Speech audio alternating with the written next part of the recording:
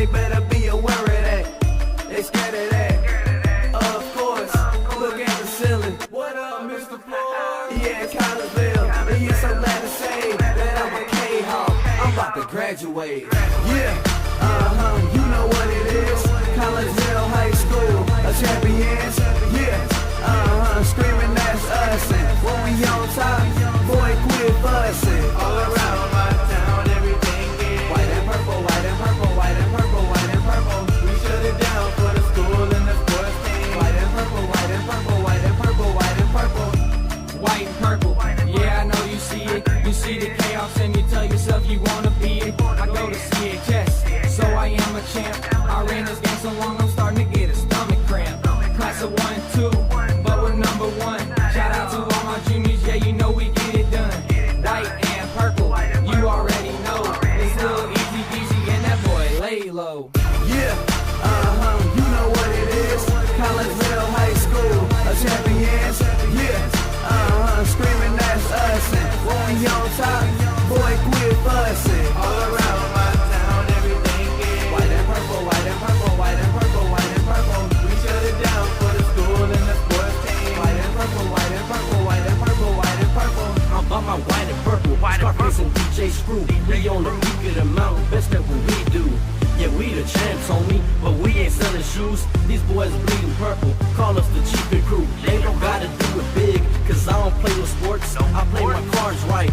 Now a good report. When Dub 12 comes, it's time to roll off. I'm the back cause everybody rolling with me, K-Hawks. Yeah, you know what it is. All the freshmen, sophomores, High school champions. yeah, they know what it is. All around my town, everything is White and purple, white and purple, white and purple, white and purple. we shut it down for the school and the sports team. White and purple, white and purple, white and purple, white and purple. Yeah, you know what it is. Collegeville High School, a champions. Yeah, screaming that's us. And when we on top, boy, quit fussing. All around my town, everything is white and purple, white and purple, white and purple, white and purple. We shut it down for the school and the sports team. White and purple, white and purple, white and purple, white and purple.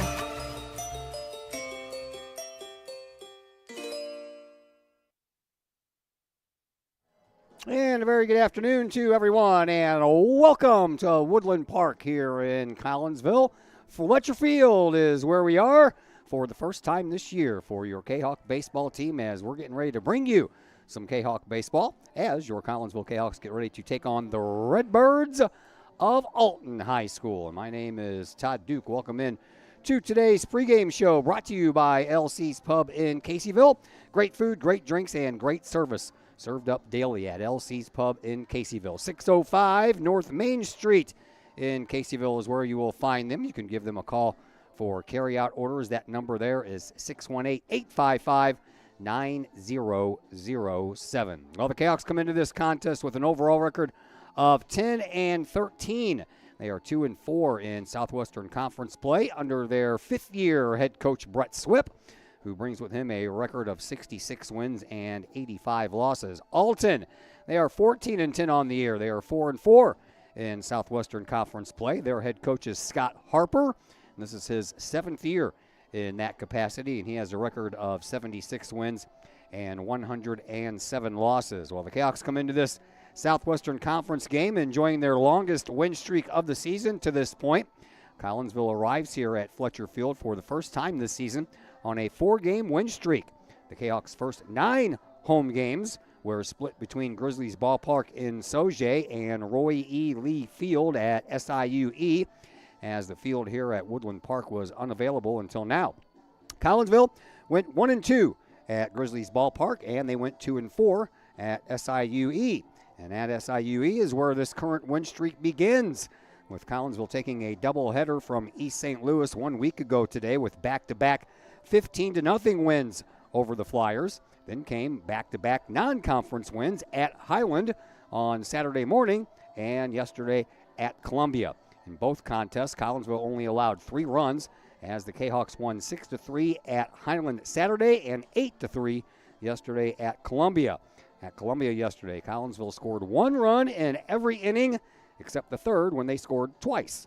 Collinsville put across 8 runs on 13 hits, with first baseman Adam Bovinette going 2 of 3 with 2 RBIs and a home run and 2 runs scored. Shortstop Grant Darden also had a 2-for-3 day at the plate with an RBI and a walk. Will Swip got the win on the mound. He pitched 5 innings, gave up 1 earned run, and had a couple of strikeouts along the way. Well, after 3 straight seasons finishing under 500 in 2021, 2022, and 23, the Alton Redbirds under Scott Harper broke that streak last season with a 20-17 campaign, and coming to this game, 4 games over the break-even mark. Alton has had some impressive streaks this year. The Redbirds started the 2025 slate by winning 6 of their first 7 games, with their only early blemish coming in a 7-2 loss to Plainfield North in the second game of the season. After 5 straight wins to follow that loss, Alton went to Alabama, where they suffered through a tough 3 straight losing skid. But Alton came back to the land of Lincoln and won another 5 in a row. From there was a 2-2 record when Alton and O'Fallon split 2, and the same with back-to-back games against Belleville East. After a 3-0 home win over the Lancers, the Redbirds suffered their worst winless streak of the season by losing 4 straight, the final 2 being a sweep in the home and away series versus Edwardsville. Alton broke out of that skid with a 2-0 win yesterday at Jabot. All right, we continue with our senior interviews, and up next is Jaden Frierson, number 22 in the program. My conversation with Jaden will come your way after we take a timeout here on the LC's Pub pregame show on the Kahok Sports Network. Looking for a little bite to eat in a nice, friendly establishment before heading out to a game? Look no further than LC's Pub in Caseyville. Just blocks from Collinsville High School, LC's Pub is the pub of choice for Kahok fans, before, after, or even during Kahok games. LC's Pub features a wide variety of traditional bar food like burgers and fries, chicken wings and chicken strips, appetizers like pepper jack mac and cheese bites, fried pickles, and green beans. Plus they have salads, fish, shrimp, and more. LC's Pub also features an outdoor patio, a gaming room, weekly poker tournaments, and a pool table, plus enough TVs for all the sports fans. And LC's Pub shows Kahok games live, as well as Blues and Cardinals games. LC's Pub, 605 North Main Street in Caseyville, right across the intersection from All Pro Tees. Call for carry-out orders at 618-855-9007 and on Facebook at LC's Pub. LC's Pub, Kahok fans' pub of choice. Looking for something to get your high school student involved in? Maybe joining the Collinsville Kahok Trap Team is that something.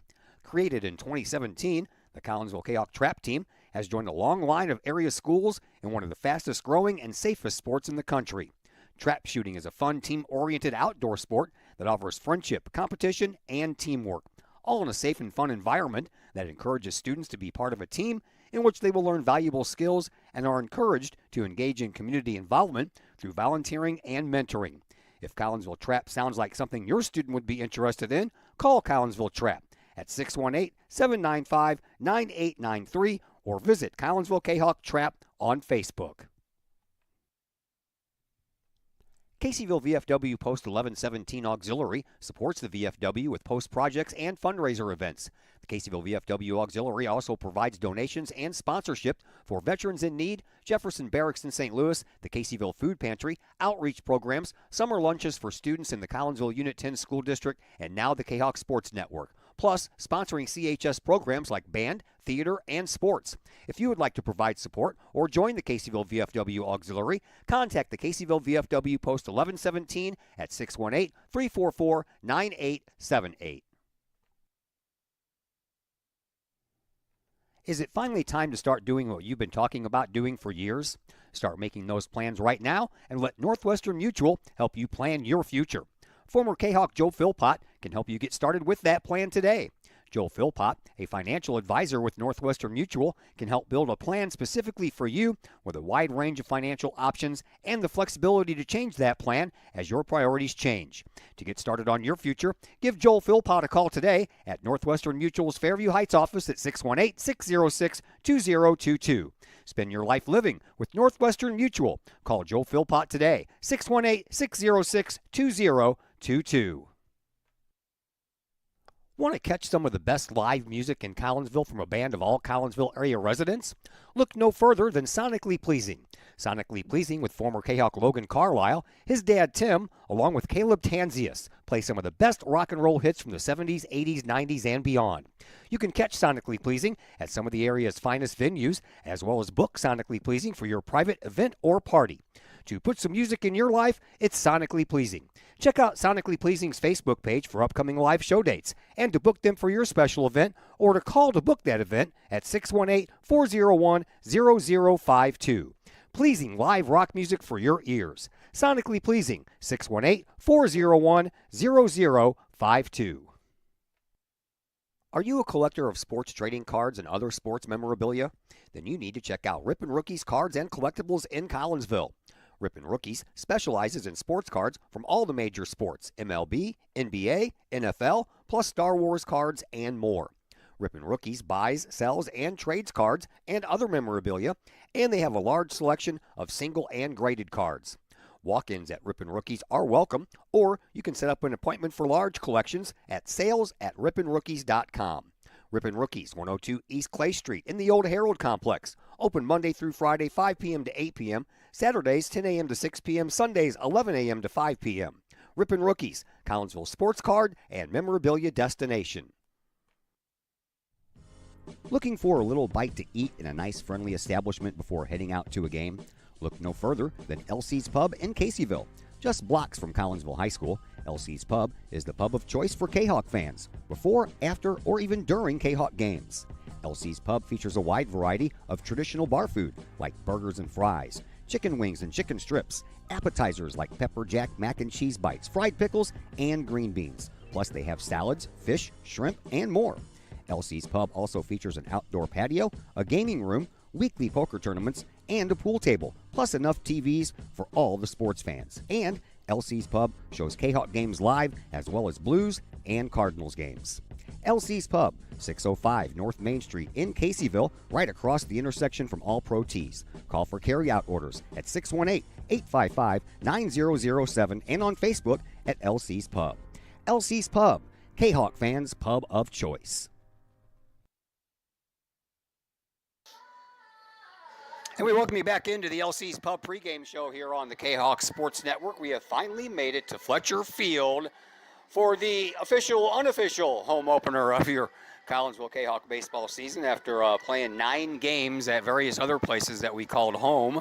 We're finally back at Woodland Park. We continue our senior interviews, and we are up to number 22 on the old roster. That would be Jaden Frierson, 3-year varsity utility bench player for your Collinsville Kahawks. All right, Jaden, first of all, thanks for being here, and let's get to know you a little bit better. Tell me a little bit about your family, parents, siblings, and any pets that you might have. So I have my mom and my dad, and then I have 2 brothers, Dylan and Jackson. And then my pet, I have a pet box turtle. Her name's Shelly. A pet turtle? I think you're the first interview I've ever had that has a pet box turtle. How cool is that? It's pretty cool. I mean, I can't really cuddle it up like a dog, but it's interesting to watch and to take care of, so yeah. All right, brothers, older, younger? I have an older brother who is 17, and then I also have a younger brother who's 12. All right, so baseball for you. How did that start? Who got you started? How old were you when you started playing the game of baseball? So growing up, I played like every sport you think of, like soccer, football, did a little karate. And then I did a little bit like of rec baseball, but then it was like an off and on thing because football was mainly what I wanted to do. And then when I got to high school, it was like right before COVID came, or right after COVID. So I was like, oh, I'll try baseball. So that's when I played baseball seriously for the freshman select ball, played my first select ball with Extreme, and I've been playing with them. And so recently I joined a new team called Power Shock last summer. So I've just been playing baseball since freshman year, taking it really serious. All right, so out of the sports that you mentioned to me, which one's your favorite? Football? Oh, that's a tough one. I mean, football, I don't know, it's got to be I think baseball's probably the favorite, but football, well, it's a tough one. I think I'll go football. Football is definitely my favorite. All right, man. So looking at your stats. As much as I can on the field, that's the biggest part of my game. All right, so tell me about that process. Do you just run when the coaches give you the sign, or do you study the pitcher and the moves the pitcher is making before you decide to go? Normally, I time him up when I'm in the dugout when other people are up at the plate, and I see how quick he is to the plate. That way, when it's time for me to be on the base pass, I know how to time him up and get a good jump. All right, let's get to know a little bit more about you. The favorite things category. These would be your favorite things. Favorite sweet snack. Reese's. Favorite salty snack. Dots pretzels. I just have some of those at home. I have the regular, both pretty good. All right, so breakfast, lunch, or dinner, which one of those three is your favorite? Probably breakfast. So what is for breakfast, and who cooks that breakfast for you?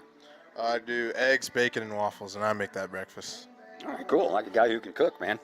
All right, favorite restaurant? I'd have to go Texas Roadhouse.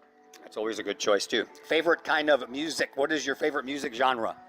I like listening to rap music a lot. You have a favorite artist or a favorite group in that genre? I'd go Drake. Drake for sure. All right, cool.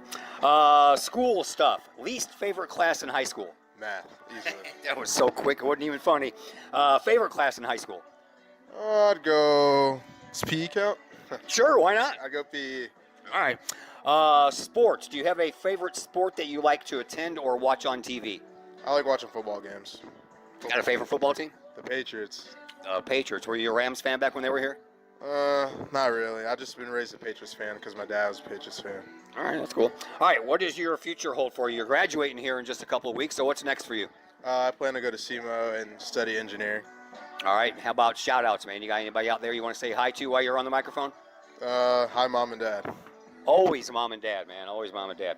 All right, you guys come into this game on a 4-game win streak. Took that doubleheader from East St. Louis. Got a couple more wins against Highland and Columbia yesterday. So tell me about the streak. We've just been sticking to our approach really well and just been playing together good as a team. All right, you got Alton here today. Thank you for doing that over there, sir. You got Alton here today, so tell me about the game plan versus the Redbirds. We know he's got some good stuff, and we're just going to stick to our approach, work our backside and our hitting, and just stay together as a team. Jaden, thank you very much for joining us, and good luck to you today and in your future. All right, thank you. That is number 22 in your program, Jaden Frierson. We'll take a break here on the pregame show. When we come back, we'll throw some starters your way and some stats. All that and more coming up as we continue here on the LC's Pub pregame show on the Kahok Sports Network. Looking for a little bite to eat in a nice, friendly establishment before heading out to a game?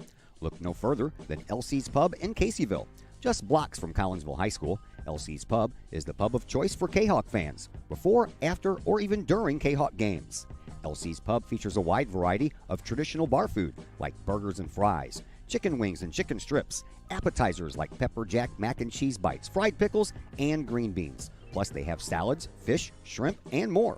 LC's Pub also features an outdoor patio, a gaming room, weekly poker tournaments, and a pool table, plus enough TVs for all the sports fans. And LC's Pub shows Kahok games live as well as Blues and Cardinals games. LC's Pub, 605 North Main Street in Caseyville, right across the intersection from All Pro Tees. Call for carry-out orders at 618-855-9007 and on Facebook at LC's Pub.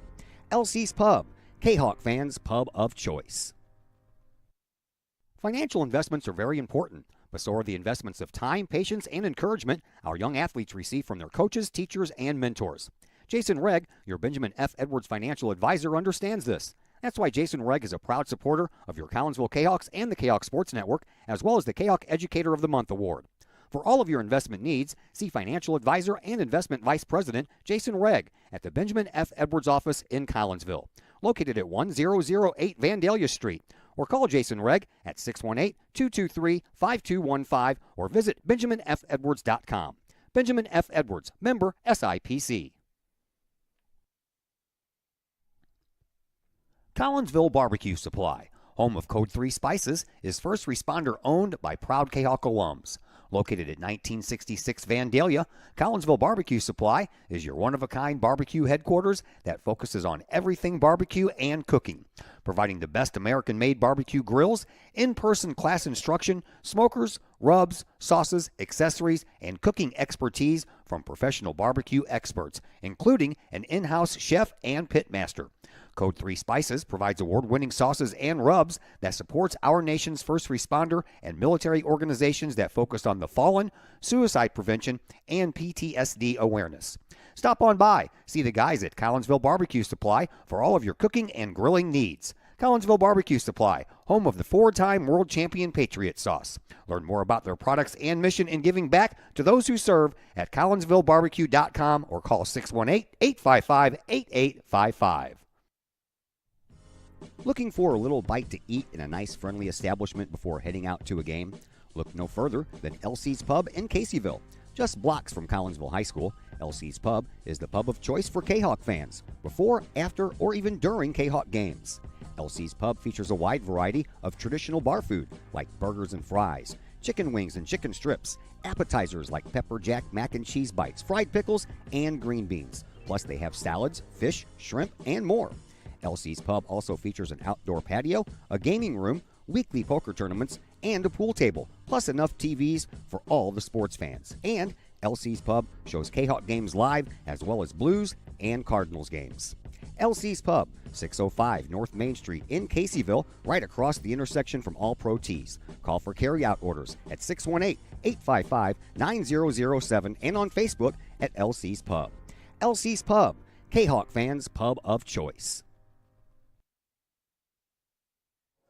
And we welcome you back into the LC's Pub pregame show here on the Kahok Sports Network. Just about getting started here with this game between Collinsville and Alton. I promised you some starting lineups, and here we go. We'll begin with Collinsville. This is who they'll trot out in the bottom of the first inning. Carter Harrington will lead things off and play third base. Carson Perrell bats second and plays right field. Adam Bovinette in the number 3 spot. He's the DH this afternoon and will be batting for Logan Odell, the pitcher. Luke Robinson in the cleanup spot, batting fourth and playing center field.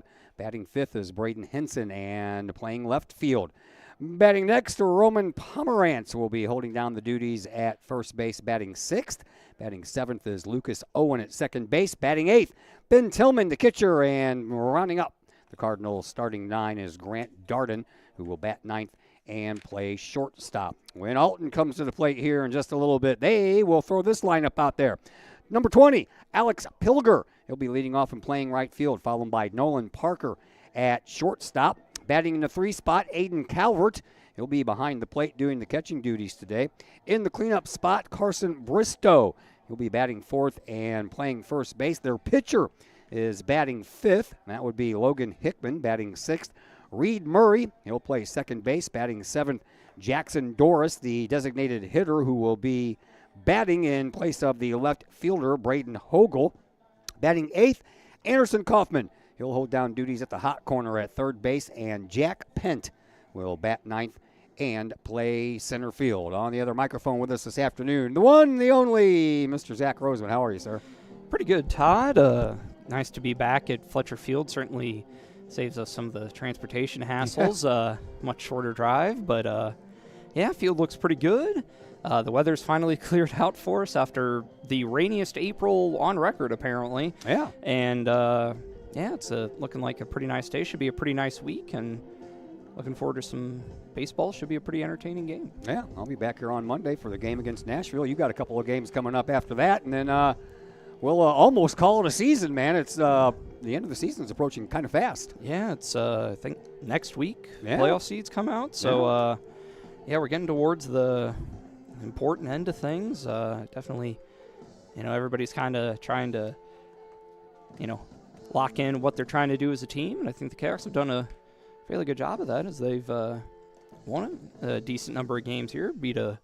Got a win over a pretty good Highland team on a rainy Saturday up at Gordon Moore, and beat a pretty good Columbia team on the road yesterday. So looking forward to see if they can continue that into conference play as they take on an Alton team that's had a pretty good year. Yeah, they're not doing too bad. Collinsville comes in here on a 4-game winning streak, and Alton just snapped a 4-game winning streak with a win against Jabot yesterday. So two teams that are kind of up and then down, but you know what? When it comes to the Southwestern Conference, you never can tell. It's a beautiful day, though, that's for sure. Temperature's right around 75 degrees. Got some intermittent white clouds flowing around the area, but after almost a solid week of clouds and rain, the pattern is finally broke, and we can actually play some baseball in some ideal conditions. So that's what we have coming your way. Alton's about ready to finish up taking their infield practice. The umpires just made it onto the field. They're over talking to Coach Swip next to the Collinsville dugout down the third base line, and they'll be joining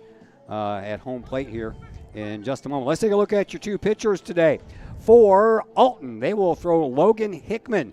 He is into his 7th game pitched of the year. This will be his 3rd start. He comes in with a 0-1 record, or excuse me, I'm reading the wrong ones. Hickman making his 4th start. He is 1-2, and he has pitched 22 and a thirds innings. Has a couple of saves under his belt as well, and he comes in with 28 strikeouts versus 13 walks and carries with him a 3.45 earned run average. He'll be opposed by Logan Odell. Odell making his 9th appearance this year. This will be his 7th start. He has 1 complete game. He is 2-3 on the year with 20 2/3 of an inning pitched. He also has a save. He has 31 strikeouts to 17 walks. The 31 strikeouts leads Collinsville's pitching staff in the strikeout department. But Logan Odell has a little bit of a bloated earned run average, Zach, at 8.13. Yeah, it's a couple of rougher outings at the beginning of the year. I know the Triad game, for example, was a bit of a rough go for Logan, and but he's had pretty solid outings. Threw very well against Mater Dei, one hitter, and I believe he started one of the games against East St. Louis and threw pretty well in that one. And I think he threw an inning even on Saturday against Highland and did pretty well there. So we'll see how Logan's able to do. I think, looking at the statistics coming into this game, Alton not a team with a ton of super high powered, not a super high powered offense, but there's no real holes. Everybody's kind of hitting in that 250 to 300 range for the most part. Not going to do anything super spectacular, but all pretty solid, all pretty fundamental, and it seems like that's kind of the identity that Coach Harper has gone with. It seems like the pitching staff's kind of the same thing. Nobody's really going to throw super hard, but they're going to throw strikes, pitch to contact, and field well. And I think they're 14-10, so they've been able to do it relatively well so far. Yeah. Collinsville comes in averaging 6.4 runs per game, while Alton comes in at 5.3. But talked about the fundamentals over there, Zach. It's the defensive side of things that stand out to me to Alton as they come in only allowing 4.1 runs per game. That's 3 less than Collinsville, as Collinsville comes in averaging 7.1 runs per game. All right, we have to take a break. We have lineups to announce here at the ballpark, plus the national anthem, and then we will come back and bring you some Kahok baseball. We'll do that here after we take our final timeout before first pitch on the Kahok Sports Network. We love to have you come work for the city of Collinsville. We have many positions available, from seasonal jobs to full-time opportunities in many of our departments. From police and fire to Gateway Center, Parks and Recreation, and City Hall. Our employees enjoy great benefits like comprehensive medical plans, paid time off, tuition reimbursement, and more. Visit the city's website, collinsvilleil.org, to apply and learn more about working for the city of Collinsville. All Pro Tees in Caseyville is your place for custom apparel and has been for over 20 years now. Why? All Pro Tees can handle any size project, big or small, and they specialize in large group orders. At All Pro Tees, quality is number one on their list of priorities, as is evident by their excellent service staff. Did we mention All Pro Tees has over 20 years of experience? They can even help with fundraisers and event merchandising for your group.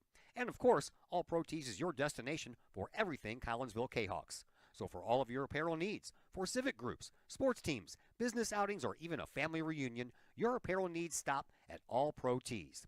All Pro Tees in Caseyville at 2240 South Morrison Avenue. Online at allprotees.com. Right across the street from Kahawk Stadium. All Pro Tees, 618-344-2200.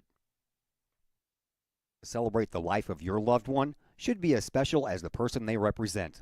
That's why you will always find the staff at Her Funeral Home in Collinsville ready to go the extra mile to meet the needs of you and your family during those times. For over 100 years, Her Funeral Home has been there for Collinsville and the surrounding communities. Of the many arrangements made after losing a loved one, the first is the selection of a funeral home. The staff at Her Funeral Home in Collinsville can help with that planning. Call Her Funeral Home in Collinsville at 618-344-0187. Her Funeral Home, serving Collinsville families for over 100 years. 618-344-0187. Got questions about Medicare? If you're approaching the age of 65, the answer to that question is a resounding yes. Bill Holton is a former Collinsville Raider and Kahok football player and is now an independent broker with Senior Health Plans, and he can answer all of those tough questions when it comes to Medicare. Which plan, which part, what's covered, and what's not. If you're approaching the age of Medicare and need those questions answered, let Bill Holton get you those answers. Bill Holton with Senior Health Plans. Call him today at 618-978-2306 or email Bill Holton at william.holton@yahoo.com. Mike's Automotive in Collinsville is a T3 certified tire dealer and so much more. Sure, Mike's Automotive has tires. They can also help with making sure your entire vehicle is road ready, from belts and hoses to preventative maintenance like oil changes and tire rotation. Plus a lot more than that. Mike's Automotive has 3 locations to choose from. Mike's Automotive in St. Louis and Millstadt, and Mike's Automotive in Collinsville at 1150 St. Louis Road, just blocks from the high school. Or call Mike's Automotive at 618-345-0611. Mike's Automotive in Collinsville. Looking for a new place to catch the game with cold drinks and great food? Look no further than 1101 Bar and Grill in Caseyville.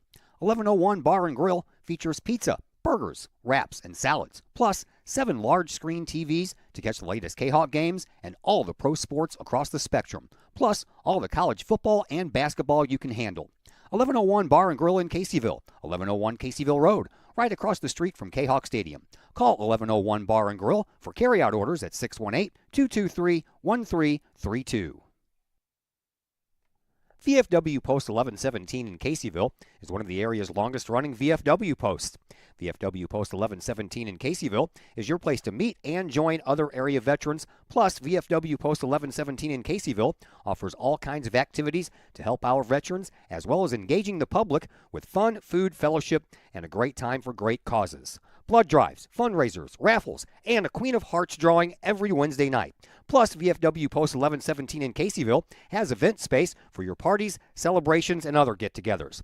For more information, check out the VFW Post 1117's Facebook page or call the Caseyville VFW at 618-344-9878. The Collinsville Area Community Foundation is our community's charitable foundation. We connect people, support programs, and guide resources to help our community thrive. Our board is made up of local leaders that donate their time and expertise to identify opportunities for long-term community impact in and around Collinsville. Find out more about scholarships, grants, and ways to give back to the city we love by visiting Herald Square and Cold Herald, 2 great additions to the Collinsville landscape. Next to the Old Herald Brewery and Distillery, Herald Square is a new outdoor multi-use event space in Collinsville. Concerts, fun and games, farmer markets, and so much more. Herald Square, a great space for Collinsville's future. And, just off the square's turf, Cold Herald, old-fashioned scooped ice cream gelato, house-made recipes, and premium sourced product. If you're over 21, ask about the good stuff at Cold Herald. Watch Collinsville grow. Herald Square and Cold Herald, 2 great new additions, only in Collinsville, Illinois. Got vinyl? Rich's Record Emporium in Uptown Collinsville can take care of all of your vinyl needs and more. You can peruse through thousands of records, from country to hard-to-find jazz, and classic rock is always in stock at Rich's Record Emporium. Used vinyl, new vinyl, and hard-to-find vinyl. Don't forget to check out the audio room at Rich's, where you can check out the latest in audio gear, from new top-of-the-line speakers to turntables and receivers, plus all of the accessories. Rich's has t-shirts, record cleaners, turntable needles, wall art, and so much more. If you can't find what you're looking for at Rich's, they will do their best to find it for you. Don't forget to mention seeing this ad on the Kahok Sports Network for a 10% discount at checkout. Rich's Record Emporium, 131 West Main Street in Collinsville, or call 618-795-1333 or online at richesrecordemporium.com. All right, once again, we welcome you back here to Fletcher Field at Woodland Park in Collinsville. Todd Duke and Zach Roseman along with you. Sorry for the extra long commercial break. Seems like the meeting at home plate between the 2 umpires and the 2 coaches took a little extra long time as well, but we are just about ready to go. We gave out the lineups already, and we are just about ready to get things going. Leading batter for Collinsville, by the way, as far as a good amount of plate appearances is Carson Perrell with a 469 average with 20 runs batted in and 1 home run. I mean, Elijah Clay's batting 1,000, but he's only had a few at-bats, and Cal Swartz is batting 667, and he's had a few more at-bats than Clay. But as far as your everyday players go, Carson Perrell is the leader in the hits department. For the Alton Redbirds, that would be Alex Pilger. He is batting 346 on the year with 13 runs batted in and still looking for his first home run. Alton doesn't have a lot of power. They've only hit 3 home runs on the year, but Collinsville, I mean, they're not too far behind that as well. They only have 5 on the year, so neither one of these teams are going to threaten you with a bunch of power. But every once in a while, somebody will get a hold of one, and we got a little bit of a small kind of down the lines anyway, 310, I believe, down both lines. I think maybe down the third base line is 318, if I remember correctly, but the signage is gone. 375 to the left center field alley, 360 to right center field, and I would imagine, although there's no signage out there in center field, I'm going to add an extra 5 feet and call it 380. I want to say it's actually a little farther out to that left center gap. I think it's a little shorter, probably about 370 field. Not quite fully symmetrical, but not too weird dimension-wise. I mean, you have some little quirks like the slope in, definitely a bit of a noticeable slope in left field down the line if you poke one out that way, but about ready to go here. Alton out there in their gray St. Louis Cardinal clone uniforms. Yeah, pretty much. Logan Odell, he's ready to go, and the first pitch is in there for a strike on the inside corner to Alex Pilger. We just gave you his numbers, 346, 13 runs batted in, no home runs. He has 1 double. It's his only extra base hit so far on the season, and right now he's in an 0-1 ho as Odell brings another one, a high fly ball. This one's going out to shallow right field. Carson Perrell on the way, so is the second baseman Lucas Owen that falls in fair, but holding on at first base is Pilger, and that's how Alton gets started with a little Texas League bloop base hit out to right field. Yeah, that was just kind of got in an awkward spot. Perrell playing a little deep. And got to respect the power. Yeah, what wind there is blowing in a little bit, just kind of held up and dropped in fair territory. So here is Nolan Parker. Parker on the year, comes in batting 333, lays a bunt down the first baseline, but that goes foul. 11 runs batted in for Parker. He is one of the 3 players for Alton that has a home run on the year.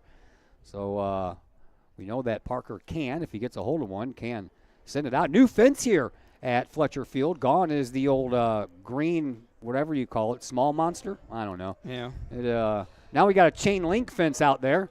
And the next pitch, Parker takes one a little bit outside, and that'll even things out at 1-1. I was joking with everybody earlier. You're not allowed to put a chain link fence on your property if you're a homeowner in Collinsville, but they replaced the old fence here with a chain link fence. So, yeah, there's that. Here's the next pitch to Parker, swinging a foul ball back to the screen. Defensively for Collinsville, Braden Hinson in left field. Luke Robinson in center. Carson Perrell is out in right field. Carter Harrington's at third base. Grant Darden at shortstop. Lucas Owen at second. Roman Pomerantz at first. Logan Odell on the mound, and he is pitching to Ben Tillman. Working from the stretch is Odell. The righty looks over his left shoulder at the runner. Runner doesn't go, and the pitch is in there for a called strike, and down on strikes goes Nolan Parker. Batting third, catcher number 14, Aiden Calvert. All right, that's a nice bounce back there, able to get the strikeout.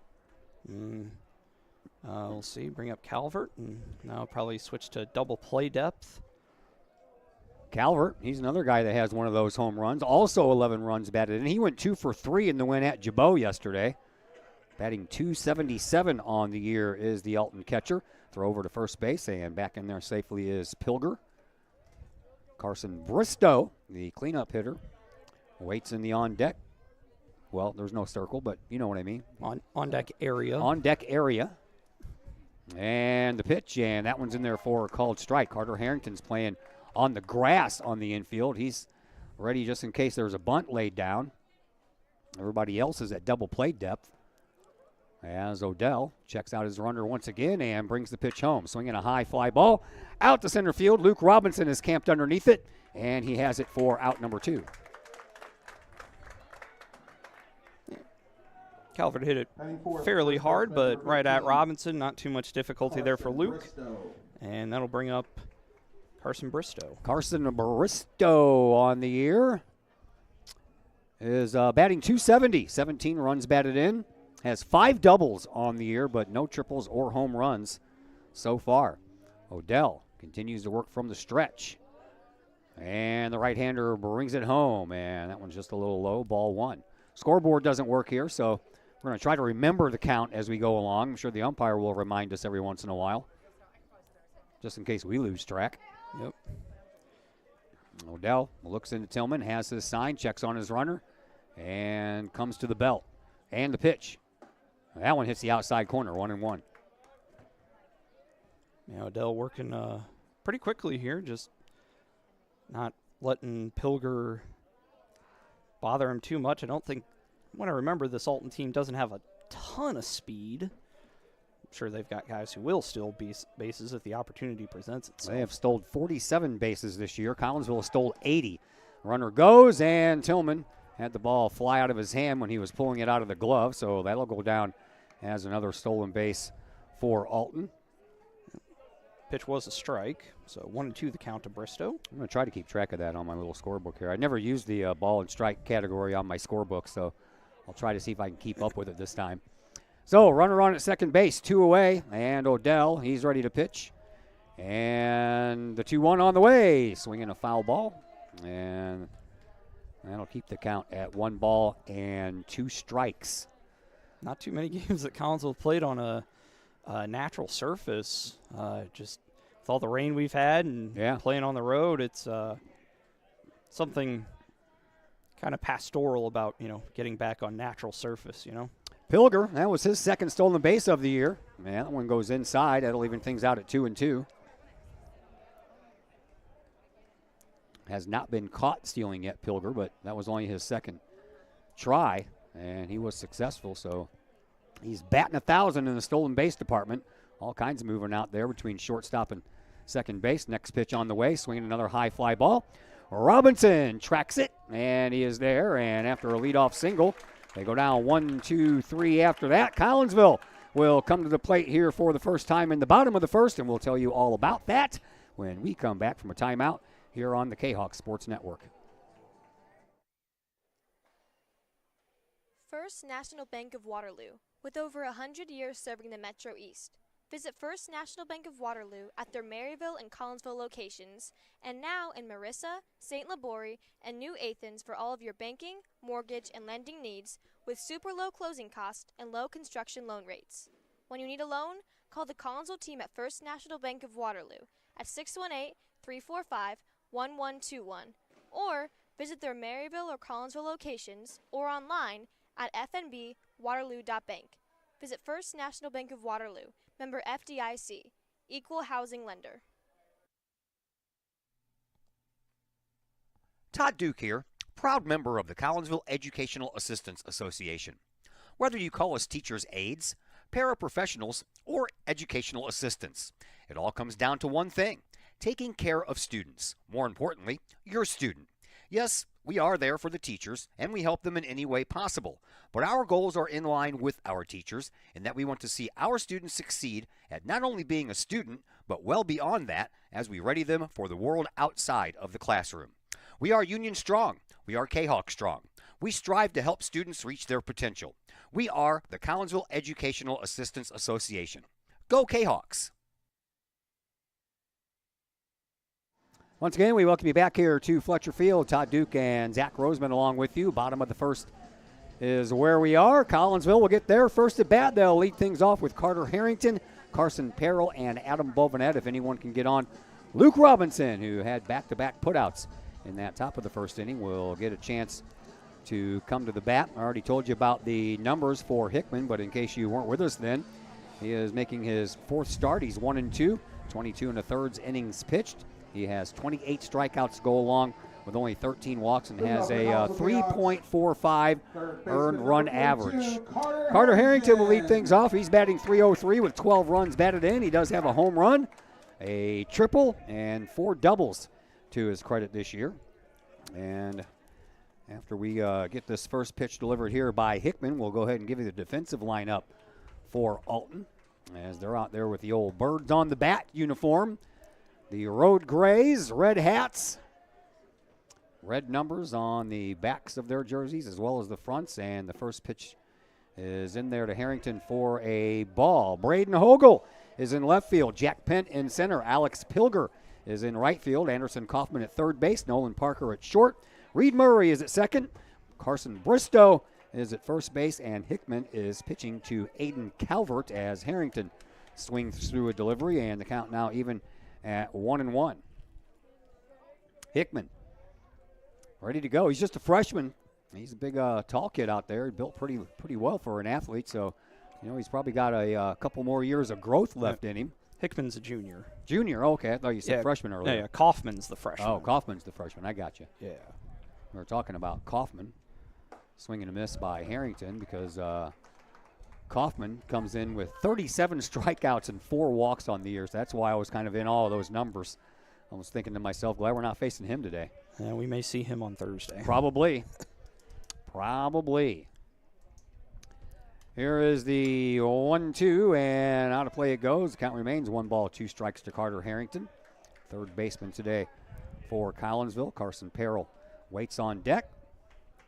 Got more clouds moving in tonight. Got a slight chance of some small showers both Wednesday and Thursday, but nothing like what we have seen. There's a little number out front. That's going to be tough. Throw is going to go down the line. A error is going to be charged to Aiden Calvert as the throw sailed right over the first baseman Bristow's head. And down to second base is Carter Harrington. He'll reach on the error. Might call that a. I wonder if Game Changer will score that as a single and an error. Now if he would have thrown that ball wide, that would have been a base hit, or that would have been an out. Okay, we'll see. And it's scored. Scored an error. Okay. Yeah. That's what I'm giving him anyway. Yep. Nice sunglasses over there, Chris Kettler. Chris Kettler, the newest inductee into the Illinois Basketball Coaches Association Hall of Fame. We're up here amongst royalty. Yes. Here's Carson Perrell. Perrell, 469 on the year, 20 runs batted in, home run, 5 triples, and 3 doubles on the year. And he's got a guy at second base with no one out, so an RBI opportunity here for Carson Perrell. Bristow playing in on the grass, maybe looking for a bunt here. Could be. And a swinging away, foul ball. That's going to get out of play. Back onto the street behind us here. Olive in California is the intersection out in right field foul territory. Yeah. Olive Street goes behind the press box. And you hit one out to right and gets out onto California if you get a hold of one. Yep, then it'll roll down the hill. Yep.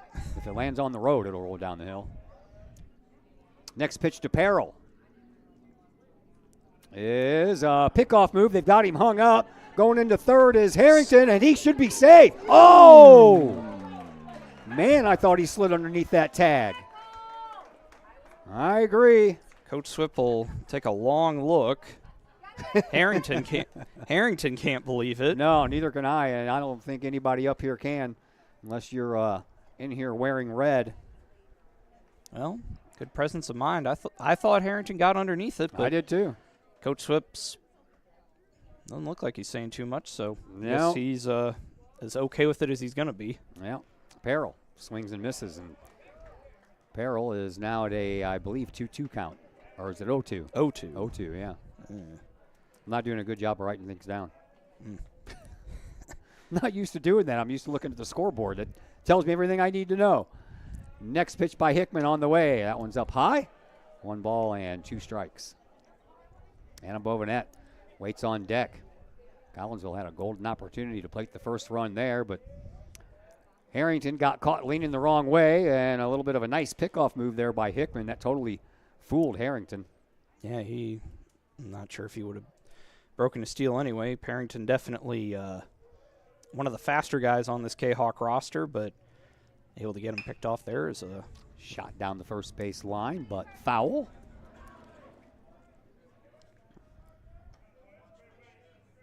Yeah, Harrington came into the game with 12 steals. Luke Robinson leads the team with 17. think Perril's up there pretty high, too. Perril's got 14. Yep. So, 80 stolen bases for Collinsville, and now 11 times caught as Perril looks at a called third strike.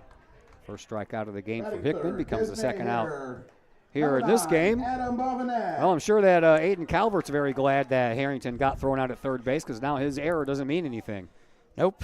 Yeah, no harm in it. And now it leaves the bases empty to dangerous power threat. And Bovinet hit his second home run of the year yesterday. And I remember, it doesn't feel like 4 years ago, but I remember his first ever varsity at bat on this field. He hit a home run.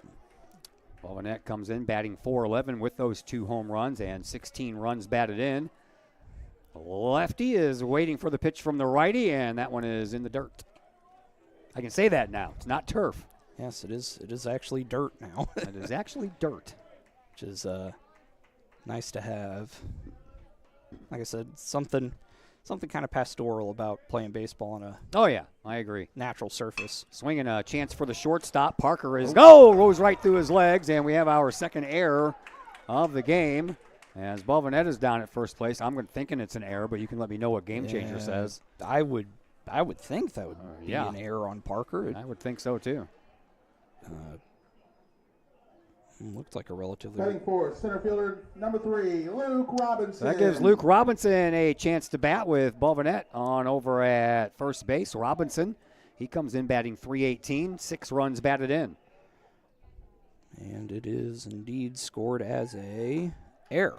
Back over to first after the throw is Bovinet as Hickman continues to show off that nice move from the mound. So 2 errors in the inning, but Alton just 1 out away from getting out of it with no damage done. Yeah. Bovinet, not a huge threat to run. No, but he does have 5 steals on the year. He's been caught 3 times, too. Yeah, definitely. I mean, he can run, but definitely not one of the major base stealing threats for this Collinsville team. No.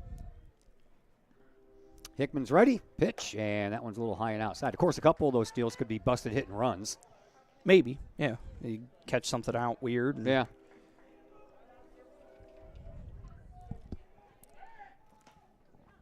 Another check on Bovinet. Yeah, it was a no look over throw. He just kind of snapped it over there, did Hickman. Robinson, the center fielder, also bats from the left side. Swinging a high fly ball. On the run is Jack Pent in center field, and he'll have it for the out. So the 2 errors do not hurt the Alton Redbirds, and we will head to the top of the second inning, and we have no score between Collinsville and Alton. We'll be back to tell you about the new inning when we come back from a timeout here on the Kahok Sports Network. Lakeside Roofing in Collinsville. Let the professionals at Lakeside Roofing protect your most important investment, your home or business. Have the elements taken a toll on your roof system? Notice a leaking roof? Maybe it's time for a free roof inspection. Regular maintenance can extend the life of your roofing system by 10 years or more. Lakeside Roofing is your winning team for commercial and residential roofing systems. Lakeside All-Star professionals have installed, repaired, and maintained hundreds of roofs on both sides of the river. Call Lakeside Roofing today at 618-344-2800 in Collinsville or 314-241-5253 or online at lakesideroofing.com. Choose experience, choose Lakeside. It's probably the largest purchase you'll ever make. We have 5 agents on our team. We cover about an hour radius around St. Louis. We grew up here. We know every town like the back of our hands. Our job as realtors is helping someone find their dream home, whether it's a family or an individual. We just want to do everything that we can to keep the process as simple and as stress-free as possible for you. The Blaylock Group, the official realtors of the Kahok Sports Network and Kahok Athletics. Todd Duke and Zach Roseman back with you from Fletcher Field, and leading things off here in the top of the second is Logan Hickman, the pitcher. Hickman on the year is batting .246 with 9 runs batted in. He had an RBI yesterday in Jabot as Alton only won 2-0. He had the only RBI. I'm guessing the other one scored on either, probably an error. Yeah, it was. Even if somebody walks, they get the RBI. Yeah, really. Definitely a very strong pitching performance. I think it was a combined two-hitter against the Hawks. Jack Pent allowed just 2 hits in 6 innings, 7 strikeouts in that game yesterday versus Jabot. Nolan Parker got the save. He struck out the side in the bottom of the 7th inning. There's a nice scoop over there by Lucas Owen on the backhand and throws him out in time. That's a tough play because that was a slow-rolling ball through that thick infield grass, and Owen had to wait for it and then backhanded it and made a nice throw over to Pomerantz for the out. Second baseman number 2, Reed Murray. Here is Reed Murray, the second baseman. Murray on the year, batting .271, 6 runs batted in. And we have a one away here. That one hits the outside corner for a called strike. Jackson Doris, the designated hitter, waits in the on-deck circle. Odell works quickly. Here's the next pitch. That was a little off-speed delivery that looked like it got away from Odell, and as it went over the head of Reed Murray, he didn't feel like taking one for the team in the noggin. No, he missed off-speed, nothing intentional in that. Nope. Well, that's going to be a gapper. That's going to take a one-hopper to Carson Perrell, and Alton has the second hit for their team today. That one had some nice movement on it off the bat. Heading for the gap, but then it kind of curved over to Perrell, so he had to wait for it and took it on the one hop. So runner on at first base for Jackson Doris. And Doris, he comes into the year batting .275, 1 home run, 8 runs batted in. And the pitch from Odell is outside, ball 1. Harrington again playing in, looking for the bunt. Obviously, you're going to be, against a conference team, you're going to be pretty well scouted as to what everybody can do. That one's on the outside corner. On strike. Yeah. Looked a little low, but we'll go ahead and take it. 1 ball, 1 strike to count to Reed Murray.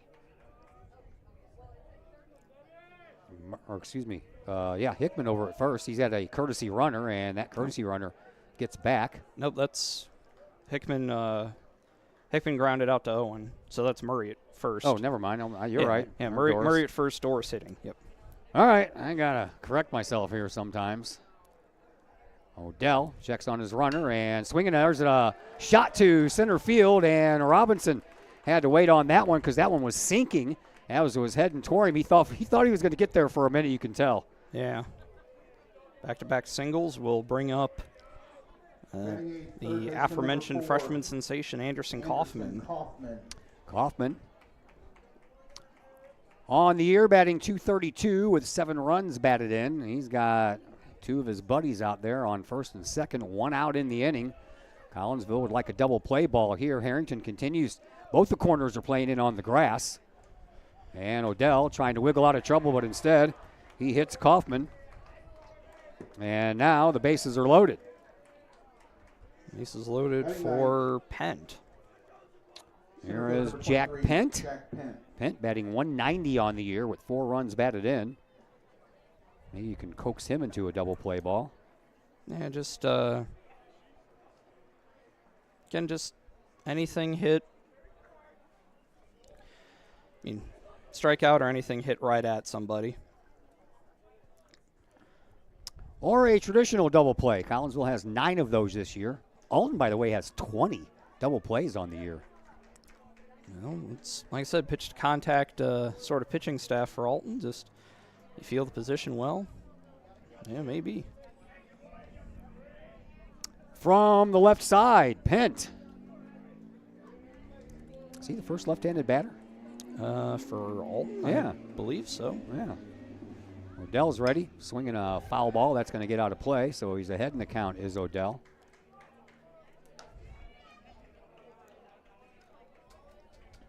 Nice crowd on hand for this game. Yep. Nice day. Of course, the seating area is a little smaller than the spacious ballparks that we've played 9 home games in already, so kind of hard to tell when there's a nice crowd or not at those spacious ballparks. Odell, he's ready with the 0-1. Here it is. It's outside, 1-1. Chris Keller's got an easy job today since the scoreboard doesn't work. Yep. Just the PA guy. Yep. PA, and he's in charge of the music. 1-1 pitch on the way to Jack Pent. It's on the way and fouled over our heads. 1 ball, 2 strikes to count with the leadoff batter, Alex Pilger, waiting on deck. Both the athletic directors for these respective schools are here taking in this one. Clay Smith for Collinsville. Coach K. And Chris Kuznarek. Chris Kuznarek. They were both at the induction ceremony Saturday in Bloomington, as was Coach Lee. Yep. That one misses. 2-2 now the count to Jack Pent. Bases loaded, 1 out. Top of the second. Alton looking to get a run on the board here. Collinsville hoping to stop it. Here's the 2-2 pitch. Swinging a foul ball back to the screen will keep us at 2-2. Harrington at third and Pomerantz at first continue to play a couple of steps in on the infield grass. While Darden at short and Owen at second continue to stand in double play mode. Outfielders straight away, pretty much. Yeah, pretty much. Odell continues to work from the stretch, trying to wiggle out of a second inning jam here. And the pitch. Ooh. Just away. Just a little bit outside. Full count. Nowhere to put him. Got to bring him one.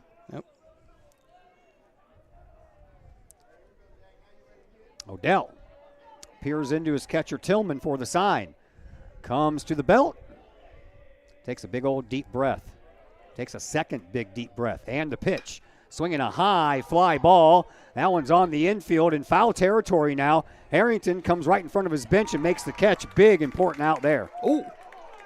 And about tried to catch Murray Knapp in there. Darden slid over to cover, but Murray able to get back in safely, and that's a big second out. Sure is. So the bases remain loaded with 2 outs now. Back to the top of the order for Alex Pilger. He singled, stole a base, and then was stranded as the leadoff man made it on in the top of the first inning. Within the next 3 down, 1 strikeout, 2 flyouts. Odell trying to wiggle out of this jam, just needs 1 more out to do that. There's the pitch. And a partial swing. Umpire says he didn't go around. Ball 1.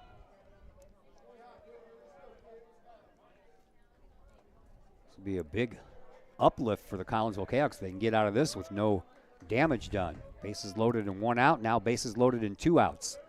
The 1-0 pitch on the way, and that one's inside 2-0. He's going to have to settle things down there a bit.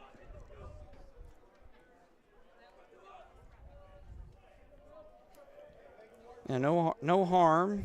Just pitch to contact and see if you can't get a guy out here. Yeah. Base runners don't mean all that much. Here's the pitch. That one's down low, 3-0. In jeopardy of walking in a run is Odell. He's going to have to groove him something here.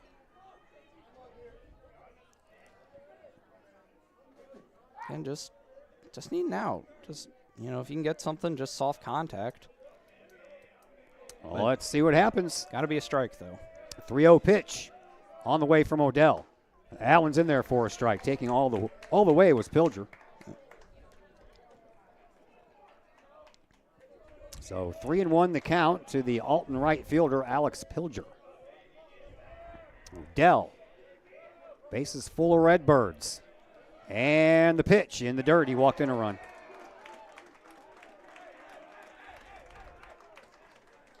And to score, Reed Murray. Over to third is Doris. Down to second is Kaufman. And taking his place at first is Pilger. Nolan Parker. That'll bring up Nolan Parker. Parker got caught looking at a third strike his first time up. And he's up there with an RBI opportunity. Odell trying to settle things down a little bit here. And the pitch. A little low. Ball 1. Got to start throwing some strikes. Aiden Calvert waits on deck. Got the shin pads on. The Alton catcher does. As Odell working from the stretch once again. And the pitch. outside, hits the corner, 1-1.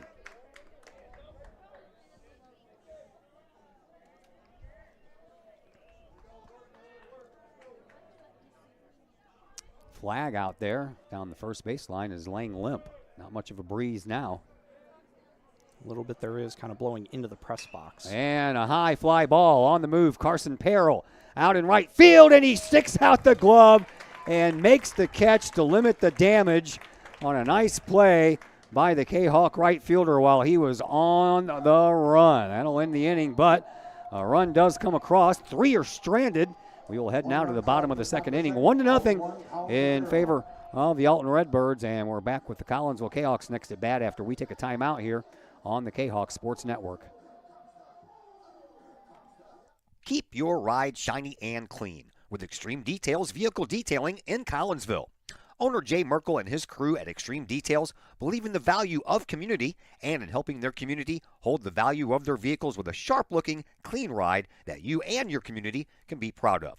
Extreme Details can handle any job, whether you drive a small car, an SUV, or even a bus or RV. No job is too big or too small at Extreme Details. Extreme Details offers scratch and oxidation removal, no matter what you drive: cars, trucks, motorcycles, boats, and more. Plus, Extreme Details can handle fleet vehicles for you and your company. Call Jay and the gang at Extreme Details at 618-977-1224. Check for periodic specials on the Extreme Details Facebook page. Put the shine in your ride with Extreme Details, 618-977-1224.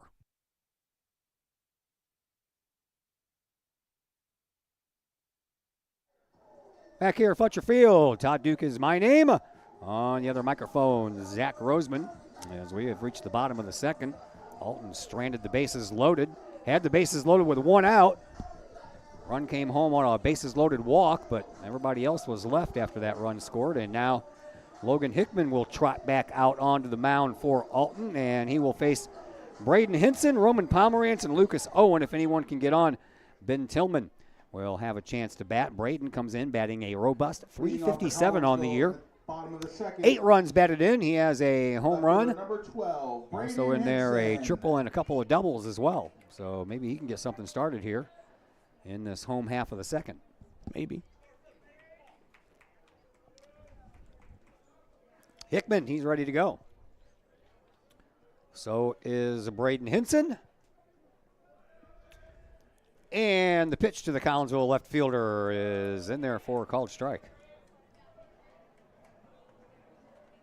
Hinson, Pomerantz, and Owen to bat here in the home half of the second. Next pitch on the way from Hickman. Swinging a base hit, maybe.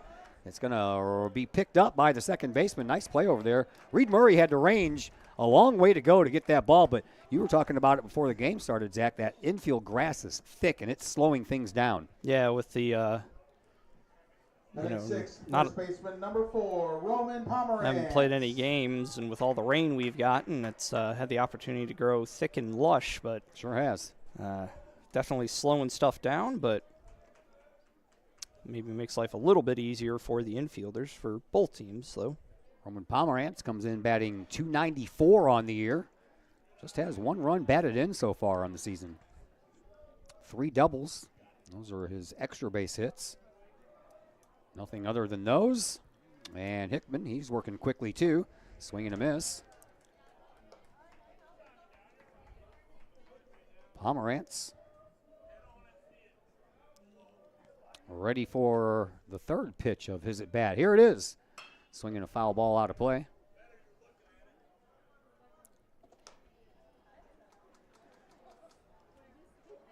Home plate umpire checking the satchels for more baseballs. I think he's down to 1. 1 ball, 2 strikes the count to Pomerantz. Hickman nods yes and pitches. He doesn't waste any time. Swinging a high fly ball on the move is Braden Hogel out in right field, or excuse me, left field, and he has it for out number 2. And to bring up Lucas Owen. Batting 7, second Owen baseman trying to number get on 14, base, try to Lucas Owen. keep this inning going a little bit. .237 on the year is Owen. 4 runs batted in, couple of doubles to his credit, as he looks to extend things for Ben Tillman, who waits on deck. Hickman, he doesn't waste a lot of time pitching. got that quick wind-up as well. Foul ball out of play. Yeah, pace of the game definitely feels a bit faster than most of the other games I've seen from Collinsville this year. Yeah. Hickman brings in another one, and that one just misses. 1 ball, 1 strike to count to the Collinsville second baseman, Lucas Owen. Hickman ready to go again. Outside, ball 2.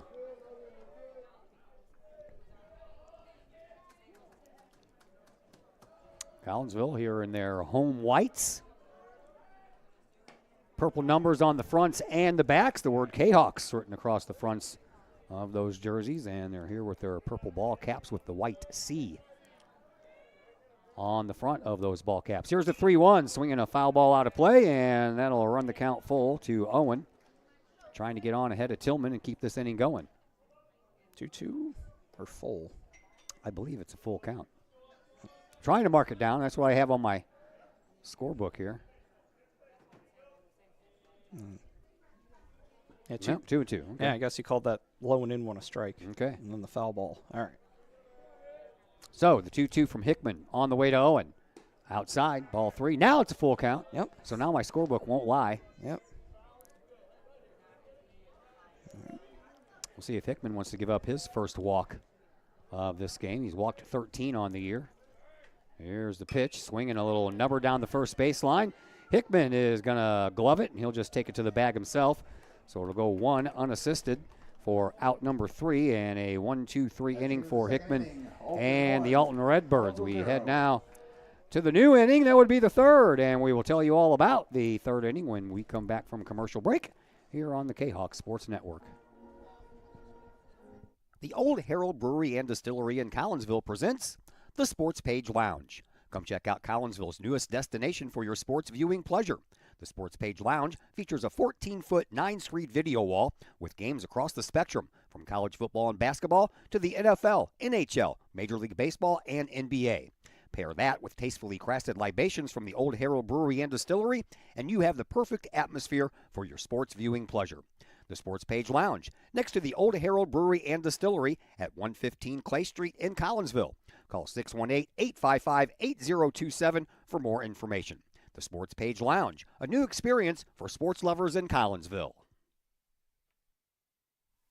Diamonds for Kahawks is a facility improvement project to develop a baseball, softball, and football/soccer field for CHS students and our communities to utilize. The project includes 2 baseball fields, 2 softball fields, a soccer/football field, concession stand, bathrooms, and parking. The development of this facility will benefit the band, PE classes, baseball team, softball team, and soccer team with a centralized location, ease of access, and an eye-catching complex. Please contact A.D. Clay Smith to donate to this project or visit the Collinsville Area Community Foundation website to make your tax-deductible donation today. Once again, we welcome you back here to Fletcher Field. Todd Duke, Zach Roseman along with you. Looking down there at the 2 athletic directors, Clay Smith and Chris Kuznarek. They were, as I mentioned, both at the Hall of Fame induction ceremony and got to go up on stage because they got presented with a plaque for 100 years of Southwestern Conference play. I was waiting for him to post something on the Kahok Athletics Facebook page so I could share it, but I haven't seen anything yet. Yeah, 100 years of Southwestern Conference in one form or another. Yeah. And, of course, Catcher number 14, Aiden Calvert. Friend of the network, Chris Kettler. Of course, Coach Kuznarek during his time as the basketball coach and later athletic director at Collinsville. So, yeah, we'll see. It's been a fairly entertaining game so far. Yeah, Clay had to leave that night after the ceremony was over, swinging a high fly ball. That's got home run distance, but it's hooking and goes foul. Foul. Man, oh man, that definitely had home run distance on it, but it just kept on heading to the left and went on the left side of the foul pole for a foul ball. Yeah, Clay had to leave right after the ceremony ended. He had to go to Peoria. Apparently there was an athletic directors conference in Peoria, and I believe he just got back today. Yeah, 320-foot strike there from Calvert. Yeah, nothing but a long strike. Calvert flew out to center fielder Luke Robinson his first time up. Calvert and Bristow, the only 2 that didn't get to bat last inning, will get their chance here as that one goes a little high. And also Logan Hickman will have a chance to bat here in this inning as well. Logan Odell looking for his first 1-2-3 inning. Almost had one in the first, but he led off with a base hit, but then went 1-2-3. That's a swing and a high fly ball. That one is going to make Carson Perrell move over just a little bit towards the first base line, but he hauls it in for out number 1. All right. First baseman number Intermittent 15. sunshine. Nice to see the sun, man. I tell you that much. It is nice to see the sun. Yeah, not too warm. No. Humidity's nice and low. Yeah. I am content with this for second week of May. Carson Bristow also flew out to Luke Robinson at center field his first time up. Looks at one well outside. Ball 1 to the Redbirds' first baseman, Carson Bristow. One of 11 seniors, if I counted correctly, on this Alton roster. Yeah, they are senior heavy, that's for sure. Odell, his next pitch is a little low. Ball 1. Odell, a junior. I think I'm almost getting to the point where I can wrap up my senior interviews for baseball. Just Carter left, and you talked to him already during the Yeah. college signing thing, Him right? and Luke Robinson, I talked to both of them during the college signing day in February. That's why I saved them for last. So Because if I don't have to, then I won't. But with a couple more baseball games left, I just might.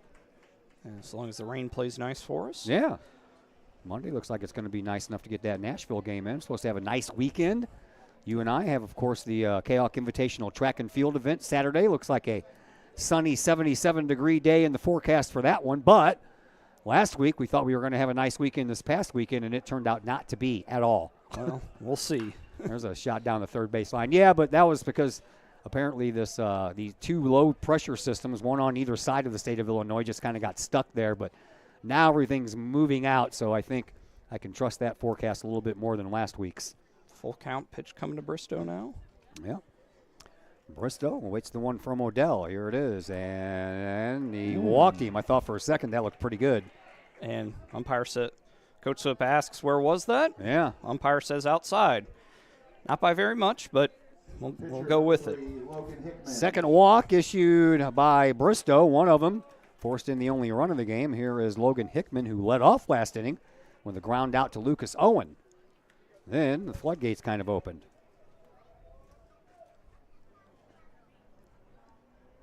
Hickman awaits the first pitch. That one's low and outside. Nice little stop there by Ben Tillman as that one was in the dirt.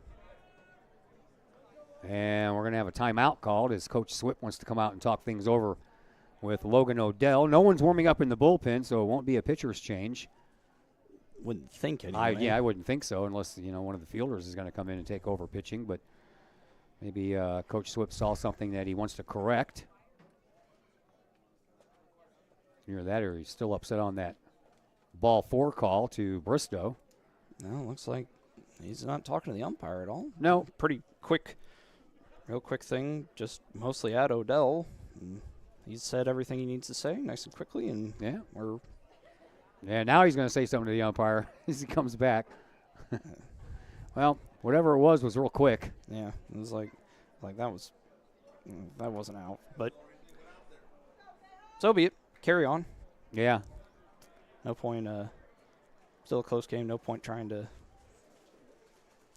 get any major anger with the umpire. It's only the third inning.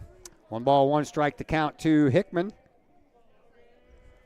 And Odell once again working from the stretch. And the pitch. Swing and a miss. Hickman was trying to smack that one down California Street.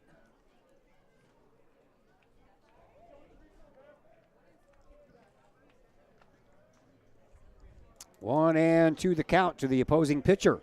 Odell checks on his runner, brings it home, and that one's outside. Ball 2. That'll even things out at 2-2. 1 away, top of the third. Runner on at first. 1-0 in favor of Alton.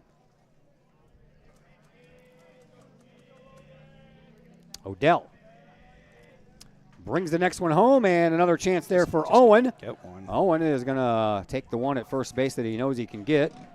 And for the second at-bat in a row by Logan Hickman, he grounds out to Lucas Owen.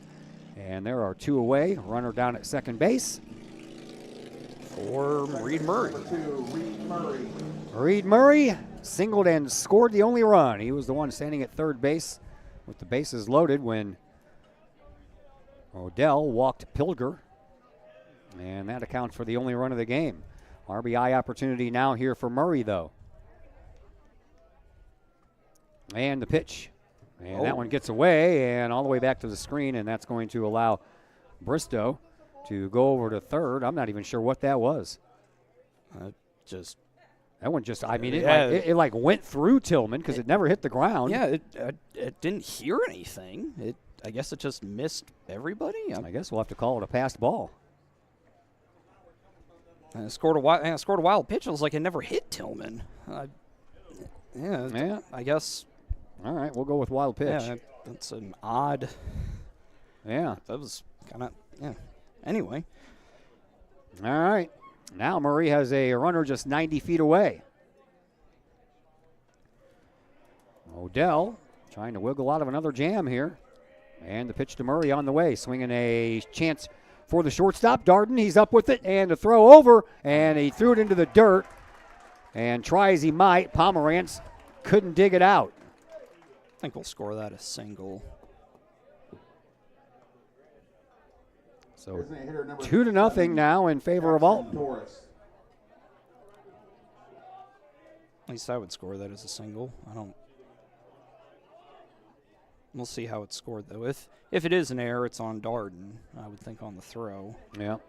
There was Jackson Doris, who singled and was left at third in that second inning. And the pitch outside, but called a ball. Yeah, scored an error. Yeah, scored an error on Darden. First error of the game by Collinsville. Came in averaging 1.7 errors per game. There's a called strike. Oh, delayed steal there by Murray. A nice secondary lead, and Tillman hesitated for a second, and by the time he realized what Murray was doing, he was halfway down. He was 3/4 of the way down to second base. Second stolen base on the afternoon here by Alton. Runner at second now.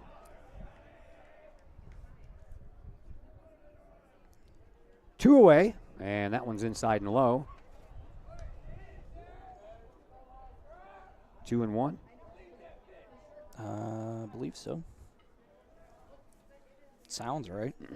Well, the umpire held up his hands, and I couldn't see his right hand, so I'm assuming it's just one strike. Odell pitches, swinging a foul ball. That'll even things out at 2-2. Get the strikeout here. See if we can't figure out what Hickman's been doing here. Collinsville been able to get runners on, so just got to limit the damage and let the offense do the work that it's been able to do so far. Dancing around down at second base is Murray. Logan Odell checks him out, brings one home. Another chance for Darden. This one hop right to him, and a lot better of a throw that time.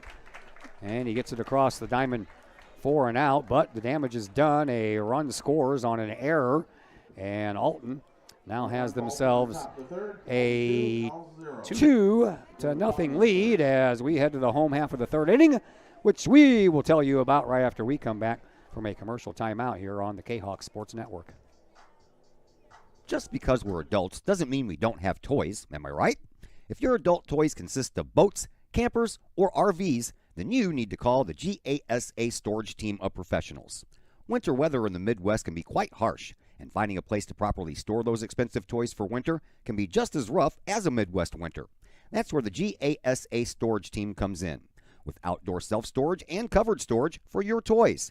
They even have tractor-trailer parking, conveniently located at Horseshoe Lake Road and 111 in Pontoon Beach. GASA Storage, for the safe storage of all of your toys. Contact the GASA Storage team, gasastorage@gmail.com, or call today, GASA Storage Team, 618-797-6100.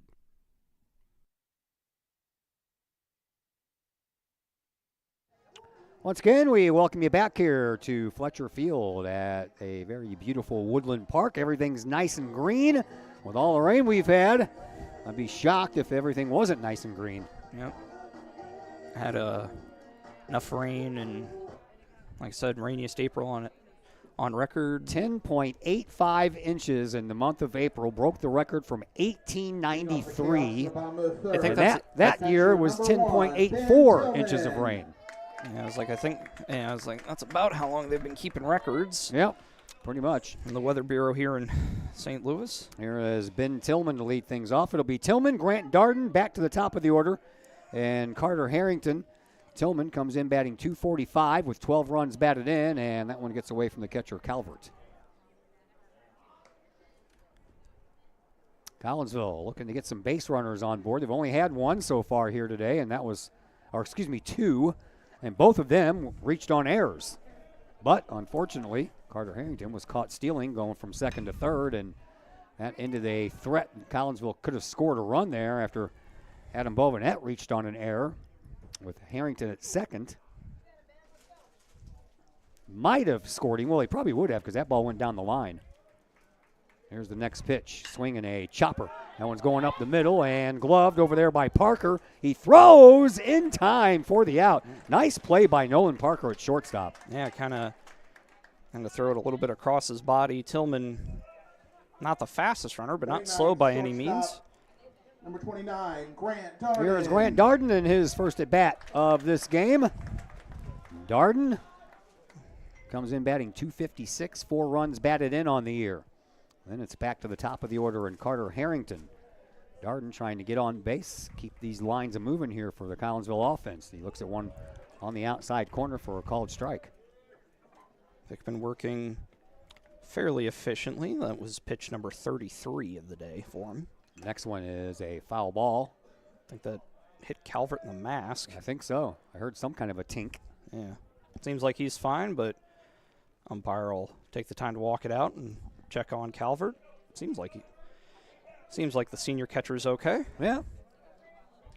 Didn't even flinch. And that's what the protective equipment's there Yep. for, right? 0-2 pitch on the way to Darden. Swing and a miss, and down on strikes is the Collinsville shortstop. And that is the second strikeout of the game for Hickman. And back to the top of the order we go. Carter Harrington will bat. Carter reached on an error by the catcher Calvert, and then that was the throw that went down the line. He went all the way to second on the error and then got caught stealing third. Yep. And the error on Parker is what had Bovenette reach. Yeah, if Harrington would have still been on third, that would have scored that run. But Harrington was thrown out. Harrington swings at the first pitch, fouls it over our heads. Back here on Olive, and it's going to take a roll down the street. Heading down towards, I guess, Pine Lake. Yeah, it is on this side of 159. I believe so. The 0-1, and Harrington offered at it. No. Infield umpire says no, so 1 ball, 1 strike to count to Carter Harrington. Carson Perrell waits on deck, hoping to get an at bat this inning.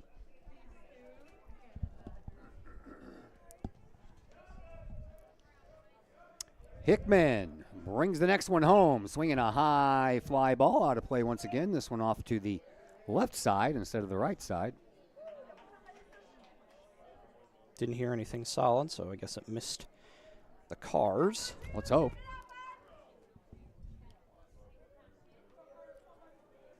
I'm parked all the way up against the foliage out there, trying to keep that from happening to my car.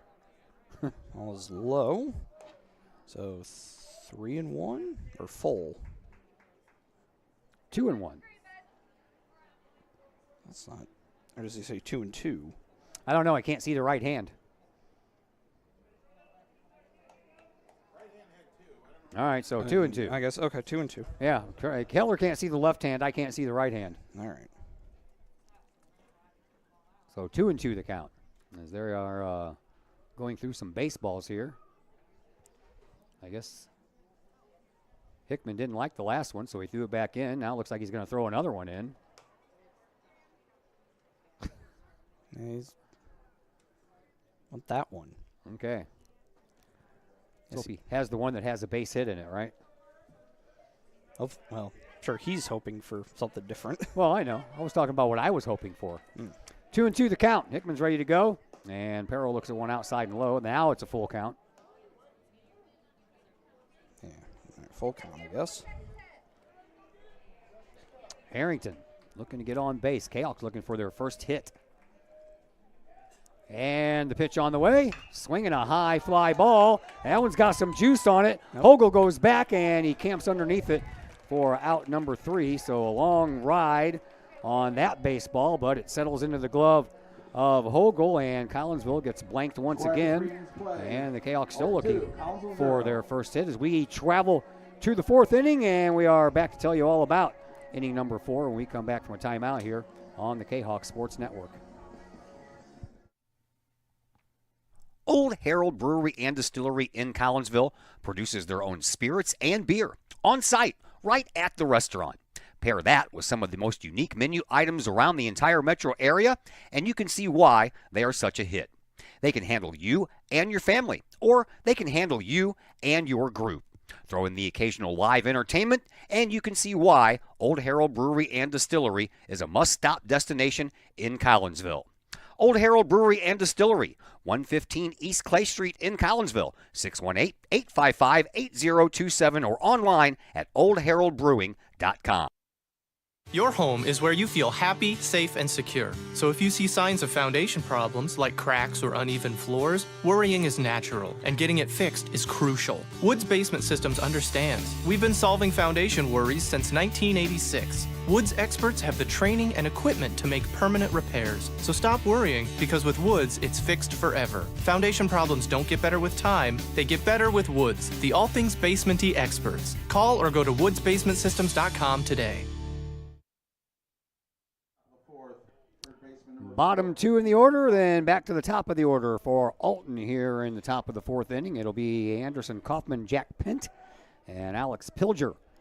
Kaufman was hit by a pitch and was left at second base. Swings at the first offering. On the move, Carson Perrell doesn't have to move too much. He's underneath it, and 1 pitch equals 1 out here to start off the 4th. Yeah, relatively efficient there. Relatively. I don't think you can get any more efficient no, than that. I guess not. Jack Pint due up now. He popped up into foul territory to Carter Harrington in his only at bat. And how about 2 pitches and 2 outs? Can we wish for that? Well, guess not. Well, he went around on it though, so it's a called strike. Jack Pint, the center fielder. A junior. Here's the next from Odell. Swinging a line drive right past the diving shortstop, Grant Darden. It went right over his glove.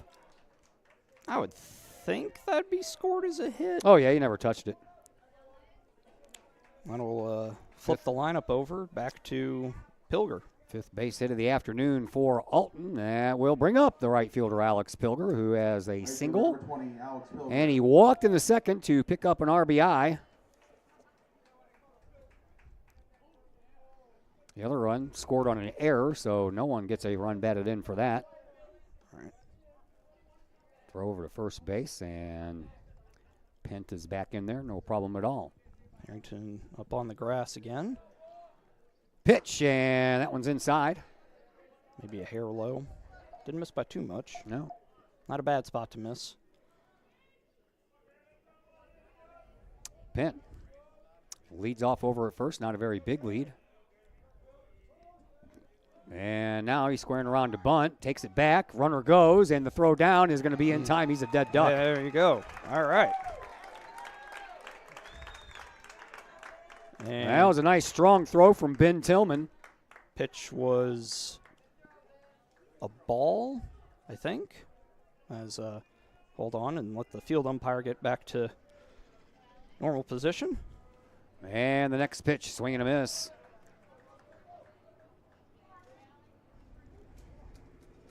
Two and one to Pilger? I believe so.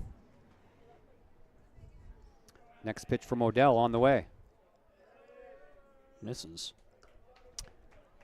Pent had 5 stolen bases and was caught once so far this year, so now he has gone down in the caught stealing department for the second time. That's a strike called on the outside corner. As Pilger thought it was ball 4. Yeah. That'll bring the count full. Yeah, sure will. Nolan Parker, the shortstop, waits on deck. Odell hoping he leads off the 5th inning. Here's the next pitch. 3-2 on the way. It's outside. He walked him. All right. That is the 3rd walk given up by Odell on the afternoon. Yep. Shortstop number 1. And another runner at first base now. Here is Nolan Parker. Parker is 0 for 2 on the day. struck out in the first and flew out to Carson Perrell in the second. Pilger, a major threat to run. Pilger has 1 steal. One. All right, so not especially. With 2 outs, I wouldn't expect him to go anywhere. Checked on by Odell, and Odell pitches a strike.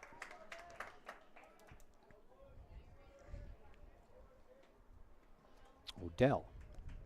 All in all, it's been a solid enough outing for Logan. Yeah. Maybe a couple more walks than I think he would like, but only 1 earned run allowed. That one gets away, so he doesn't have to worry about stealing, does Pilger. That's a wild pitch if there ever was one. Yeah, that is his second wild pitch. Second. Yeah.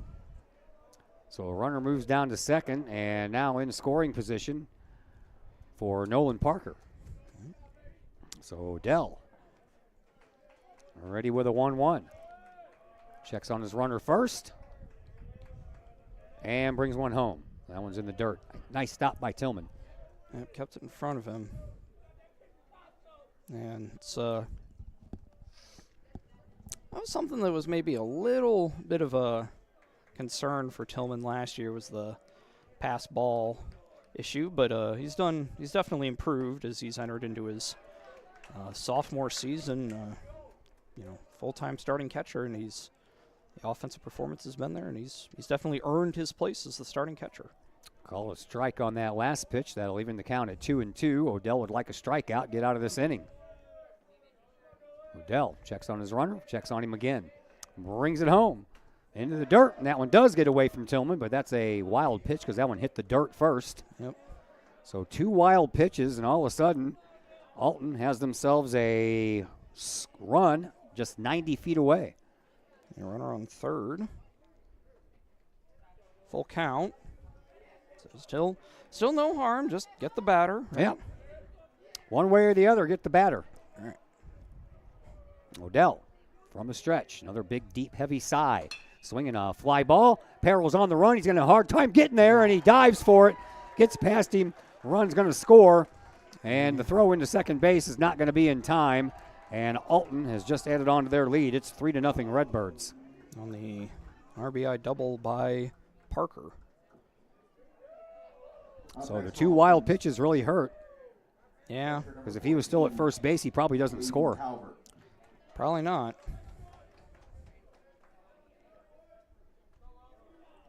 Odell will stay in the game. Nobody warming up for Collinsville in their bullpen. So he'll stay in and he'll face Aiden Calvert. Calvert has flown out twice in this game, once to center and once to right. And the pitch. He tried to offer at it. Nope. Just a little bit too far inside. Ball 1 to the Redbird catcher, Aiden Calvert. Odell checks on his runner Parker at second, and a pitch right past Odell.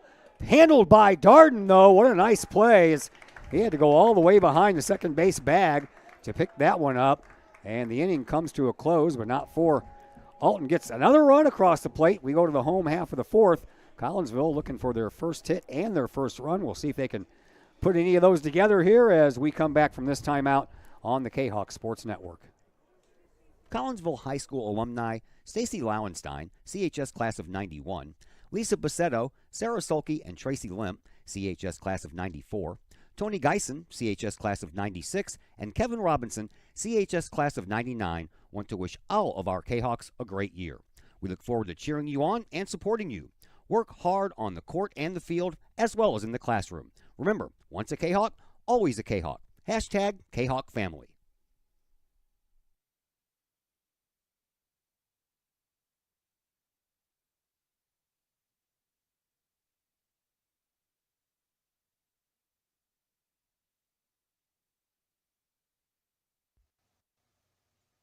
The Collinsville Education Association is a proud supporter of KahawkSports.com and the Kahawk Sports Network. The CEA is your partner as they work to ensure quality education for our children. The CEA advocates excellence and equity in public education and represent over 400 educators in 11 schools in both Madison and St. Clair counties. For more information, you can visit the Collinsville Education Association's Facebook page or the CEA's website at collinsvillecea.org.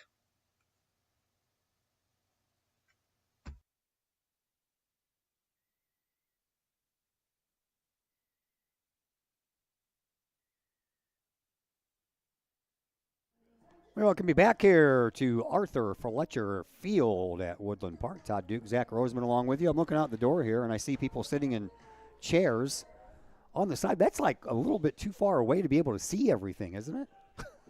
I guess they're content with the spot. I guess. I mean, you could come inside. It's, Doesn't- no one charges you to be here. Right fielder number 27, Carson Parroll. Carson Parroll will lead things off here for Collinsville. Strikeout victim in his only other at bat. It'll be the 2, 3, and 4 hitters. If anyone can get on, the number 5 hitter, Braden Henson, will have a chance to bat. Collinsville looking for their first hit. They've had a couple of base runners, both reached by error. No walks issued by Hickman. He does have a couple of strikeouts. And the pitch, and Parroll goes golfing and misses.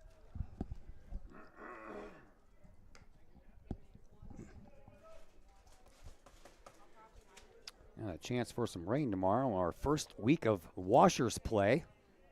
Met last week just to figure out teams, go through rules, stuff like that. But this week it counts.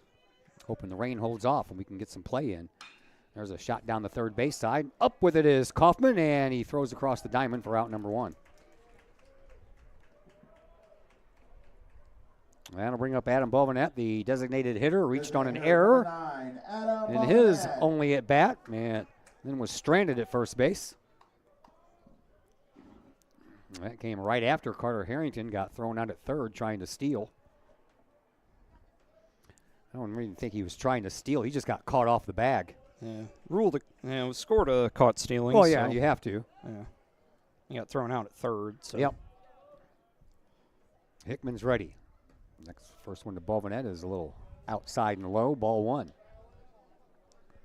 Luke Robinson waits on deck. Bovenette trying to get on base. Collinsville looking for their first hit on the day. Bovenette be a good guy to do it. Sure would be. That one's in there for a strike. Just hit the outside corner. That'll even things out at 1-1. Hickman on the year in his 22 1/3 innings pitch has given up 23 hits. But so far, no such luck for Collinsville here in this game. That one's a foul ball down the third base way. 1 ball, 2 strikes the count to the Collinsville designated hitter. Sometimes first baseman, sometimes pitcher. Yeah. Always in the lineup, though. Pretty much. There's the pitch, a little number down the third base side. That's going to be dead in that grass, and that's going to be the first base hit of the game for Collinsville. Bovenette gets a little infield single. Well, it's a start. Yep. Yeah, just get a little piece of it and have it number 3, sit in the thick Luke grass. Robinson. Yep. Luke Robinson with a chance to keep things moving along here. Luke hit a fly ball to Jack Pent in center field in his only at bat. As Collinsville goes with back-to-back lefties in the 3 and 4 spots. I'd lay a bunt down as far back as Kaufman's playing. Yeah. With Robinson's speed. He is. Yep. Turning around to bunt and bunts it in the air, so now he's giving away his secret. Yeah. And I'm sure that Kaufman will be playing in a little bit more at third base this time. Yep. Yeah, Coach Swip down there at the third base coach's box, he saw that and probably flashed that bunt sign. And now Kaufman will be even with the bag at third, so he'll move in a little bit, not too much. I'd move him in a little more, honestly. Hickman from the stretch throws over to first. He's got a pretty good move. Yeah, been a pretty solid move. Just it's a fairly tall, athletic frame. Doesn't throw it super hard, but throws strikes, pitches to contact, and another check on Bovenette. Yeah.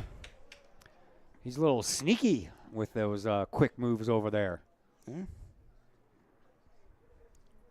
Runner at first base, 1 out here in the bottom of the 4th, and the pitch, swinging a foul ball that would have hit me in the head if that fence wouldn't have been there. Probably. Well, that takes the bunt out of play for Luke now. Yep.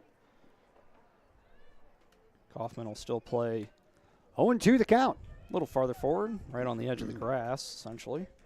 Now he backs up into the dirt. Bovenette doesn't have a big lead anyway. Hickman checks on him. Bovenet stretches that lead a little bit. Here's the pitch, swinging another foul ball. This one goes over the netting, out to the parking lot. Didn't hear anything solid. No, ball goes rolling across the way, and minivan had to stop as that ball crossed the street on a roll. Hickman ready to go with another 0-2 pitch to Luke Robinson. Here it is. Little off-speed delivery, and that one stays high. Ball one. I think that was effectively a pitch out. Pretty much.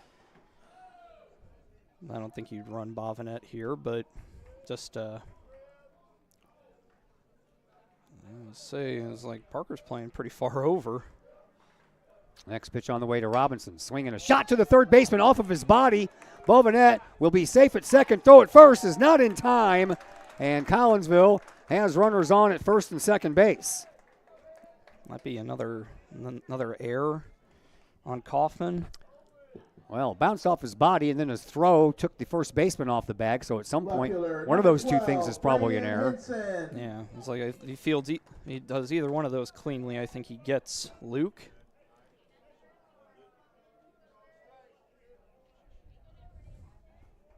That'll be the third. Scored a single on Game Changer. Really? All right. Well, what do I know? Hey, that's how it'll get put into STL today. Yeah. All right, so how about back-to-back hits then? Yep. Here is Braden Henson. Henson grounded out to the second baseman Murray in his only at-bat. Chance to keep things moving along here. Runners at first and second, one out. Hickman is ready for a pitch and said he's going to throw the ball back over to second base, and if Adam Bovenet wouldn't have been diving back in there, that ball probably would have went out to the outfield, but it hit Bovenet on his way back to the bag, and that stopped it from going any farther than it did. Yep. Bristow playing in. Kaufman, at more or less normal depth. He's got to protect that third base bag in case Bovenet wants to take off. Yeah. Hickman checks on his runner at second, brings one home, and a little chin music there for Henson.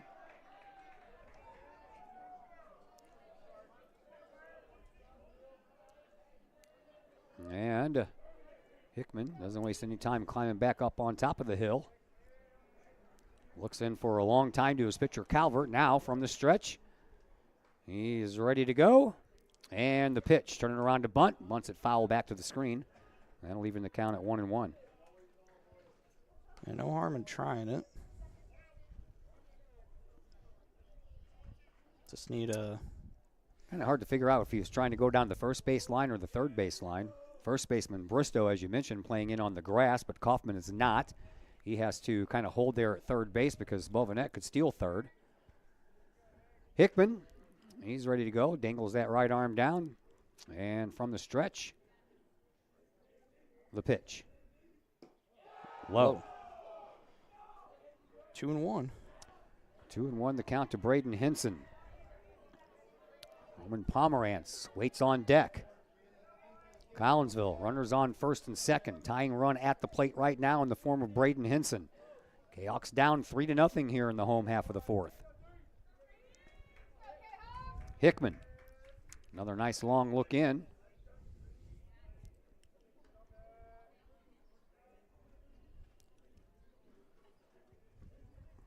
Long look over to second, and that will make Braden Henson call a timeout at home.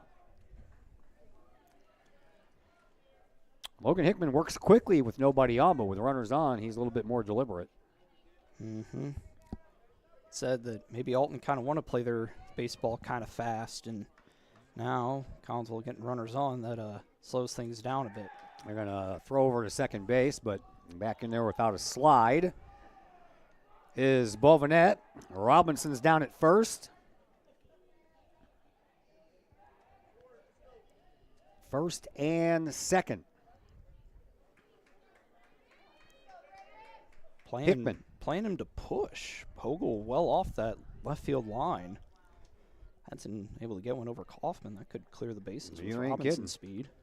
There's the pitch. And that one's going to get away. That hit the dirt, so that's going to be a wild pitch charge to Hickman. That makes it even easier. And runners move up to second and third. I scored it a wild pitch because it hit the dirt. We are in agreement there. First wild pitch issued by Hickman. I believe it's 3-1 against Hinson, isn't it? Yes. Yeah. So runners in scoring position now. Hinson still remains the tying run. It'd be nice if he can get these two home. And Hickman's ready with the pitch. Swinging. There's a base hit. That one's going to roll. And both runs are going to come home and score. And Braden Hinson is on with a 2 RBI single. That'll work. That'll work. Yeah, keep the line moving. Find your ways on. And capitalize off of a little bit of a mistake. Roman Pomerantz. And Henson picks up RBIs number... Oh, give me a minute. 9 and 10. I thought he had a few more than that. All right, 9 and 10. 9 and 10. That'll bring up Roman Pomerantz, who flew out to Hogel out there in left field in his first at bat. Pomerantz looking for his first home run of the year. If he can do that, we'll flip the score over to the Kahok side of things. Runner at first, only one out. Well, we had one coach's son hit a home run the other game. Will Swip hit one in the Highland game. Be kind of see if Pomerantz is able to do the same thing. Sure, I'll take it. Yeah. Back-to-back-to-back base hits by Collinsville. Still just one out. And still one out and a chance for a double play. Over to the shortstop, Parker. Flips over to second in time and over for double play number 21 on the year for the Alton Redbirds. That'll put an end to the inning, but Collinsville does pick up a couple of runs on 3 base hits. No one left on base. We head now to the top of the 5th inning. 3-2 in favor of the Alton Redbirds.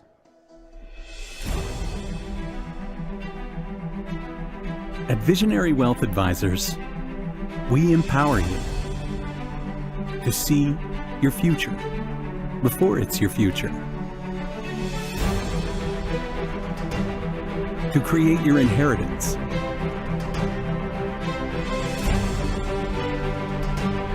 to build your vision, to anticipate the known and unknown, and to find potential in both, and build new dawns. Visionary Wealth Advisors. Visit Brad Keene at his Collinsville office at 106 North Clinton or call 618-467-8420.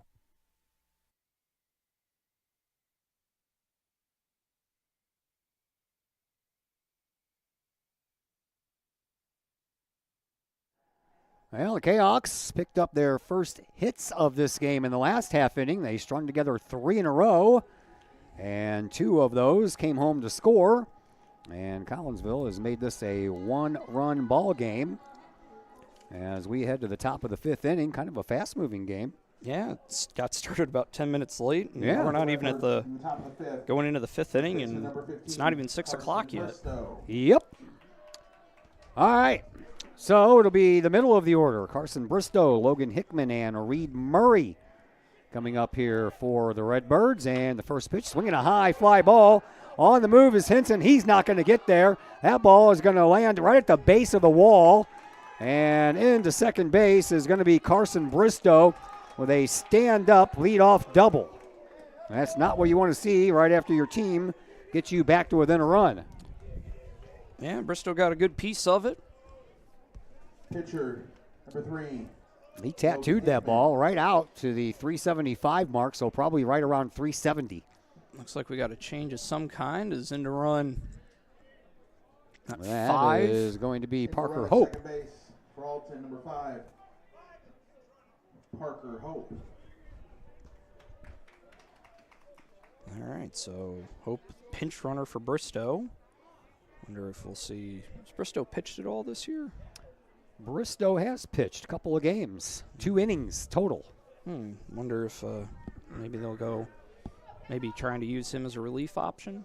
Maybe. Here's the pitcher, Logan Hickman, who has grounded out twice to Lucas Owens at second base. Lucas Owen, no S on the end of that. In there for a called strike. Odell only has one strikeout in this game, and that was to the second batter he faced in the first inning. Yeah, normally normally a higher strikeout guy, but Alton done a good job not allowing him to do that. His off-speed slider or slider-like pitch misses low and away.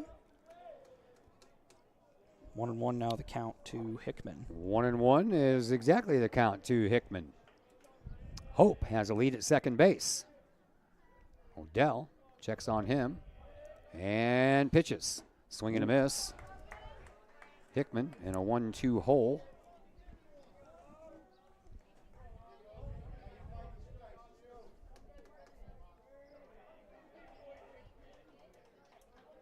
And Odell with a nice long look into his catcher Tillman. Works from the stretch once again. There hasn't been an inning yet that he has not worked from the stretch. Now timeout called at home plate as Hickman was tired of waiting. Alton has had base runners on in every inning. They scored single runs in the second, third, and fourth. 3 runs on 6 hits. No, make that 7. I forgot to write that one down. Swinging a foul ball out of play. Into the empty street. That's 6. Pilger 1, Parker 1, Bristow 3, 1. 4, 5, 6. I had him for Murray, 7. Doris. I had him 1 in the first, 3 hits in the second, and 2 hits in the fourth, and now a hit here. I'm not sure. I'll have to check on that here in a minute. Pitch by Odell. Swing and a miss, and down on strikes is Hickman. First out of the inning, second strikeout of the game for Odell.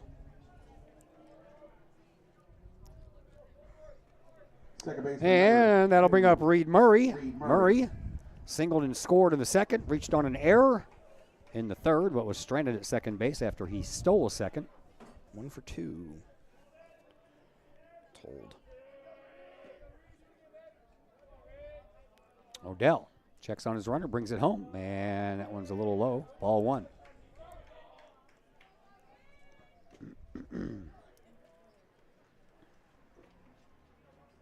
Hope gets his lead from second once again. Owen pretty close to that second base bag. Both second base and shortstop scurrying back and forth there. That one's outside. Ball 2. 2-0. Hope much of a threat to run? He doesn't have a batting average, so I never included him in my stats. Oh. I try to keep my pages as short as I possibly can. I don't want 12 pages up here in the booth with me. I see. Here's the pitch. Low. Ball 3. 3-0. Tillman will call time and head out to talk to Odell, who, with that last toss, reaches pitch number 85 of the outing. Of course, trying to find history in the baseball world is a little tough because those old yearbooks, they got printed long before the baseball seasons ever ended. And they go back to 1926-27. And I do all the scurrying that I can as far as that's concerned. So the first recorded meeting I have from those yearbooks was in 1929. Collinsville beat Alton that year 17-2. All in all, I found a bunch of games, and Collinsville has a 56-40 record against Alton on everything I could find. There's a strike. This century, though, Alton has the better record versus Collinsville, 28-23. All of that is recorded onto the STL site. Coach Swip, he is 5-3 against Alton in his 5th year here at Collinsville, and a 1-0 in the playoffs. Regional semifinal at Edwardsville Yep. 2 years That ago. one's going to be right into the glove. Nice play there. That one was just one of those dying quail kind of at-bats, and it ended up right into the glove of Grant Darden. Jackson Doris. Second out of the inning. Yeah. And I'll bring up Doris, who is... Doris on the day, 1 for 2. Single and a ground out, and he grounded out to Darden back in the 3rd inning. So runner on second base remains Hope. Back-to-back outs recorded by Odell and the Kahawks, and the pitch. Low. And that one's low to Jackson Doris, the designated hitter. Another senior. Yeah, that was that regional semifinal game at Edwardsville, and then the next game, Collinsville and Edwardsville hooked up in a great game. Yep. They have 5-4. Yep. 8 innings or something like that. Yep. Swinging a foul ball. That one's going to get out of play. Back over onto the street. 1-1 now the count. It's the house there on the corner of Olive and Chestnut. Isn't that what Chestnut? No. Claremont. Yeah. I can see the sign from here, but I saw a C at the beginning and a T at the end, so. Chestnut is a street. I know. Around here somewhere. 1-1 the count to the batter. Jackson. Probably be done. Oh, we have an issue. Okay. I got a sign that said it disconnected, then immediately reconnected. I guess we're okay. I guess. I don't know why those things happen sometimes. All right. Have no problems, and all of a sudden there is. All right. Full count now. So Hope will be off with the pitch. Jackson Doris awaits the next pitch from Odell. 3-2 the count. Odell checks on Hope and brings one home. Outside he walked him. Walk number 4. Yep. 4th walk issued by Odell. We'll put runners on first and second. And that'll bring up Anderson Kaufman. Kaufman, the third baseman, was hit by a pitch back in the second inning. He was stranded at second base and flew out to Carson Perrell back in the 4th. Force anywhere. Odell just needs one more out to get out of this inning with no damage done. Mm-hmm. And here's the pitch, and that one's in there for a called strike. I see some action out in the bullpen for Collinsville. Looks like Bovinette's out there warming up. Yeah, it looks like him. Would not shock me to see Bovinette come in. No, not at all. Kaufman waits the next from Odell. Runners on first and second. Pitch, swinging a foul ball out of play. So 0-2 the count now to Kaufman. Odell looking for one more strike to pick up strikeout number 3 on the afternoon. Strikeout number 2 in the inning after Logan Hickman, the pitcher, struck out right after Bristow's double. Kaufman awaits the next offering from Odell. And a timeout called just as Odell was into his windup.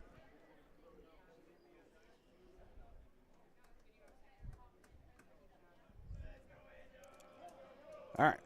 Ready to go now? Odell checks on Hope at second, brings one home to Kaufman. Swing and a miss, and down on strikes is Kaufman as he swung at a pitch well outside, but if you're a Kahok fan, which I am, you'll go ahead and take it. So that'll ruin the string of 3 straight innings with 1 run each by Alton with a goose egg here in the top of the 5th inning. We will move to the bottom half of the 5th inning, and Collinsville will have their next at bat, see if they can come back and at least tie this thing up. We'll tell you all about it when we return from a timeout here on the Kahok Sports Network. Pack Mail of Collinsville, locally owned and operated by Ryan Combs. Pack Mail can ship anything, anywhere. They treat you like a neighbor because, well, you are a neighbor. Pack Mail offers shipping materials and containers, private mailboxes, as well as climate-controlled self-storage. Visit Pack Mail at 407 Beltline Road in Collinsville. Online, WeShipStLouis.com or call Pack Mail at 346-4884. The Junior Service Club of Collinsville has been a proud supporter of KahokSports.com and the Kahok Sports Network from day one. Since 1934, the Junior Service Club of Collinsville has been providing women in the community an opportunity to make a difference with fundraisers and projects, all that go towards helping the needy in Collinsville.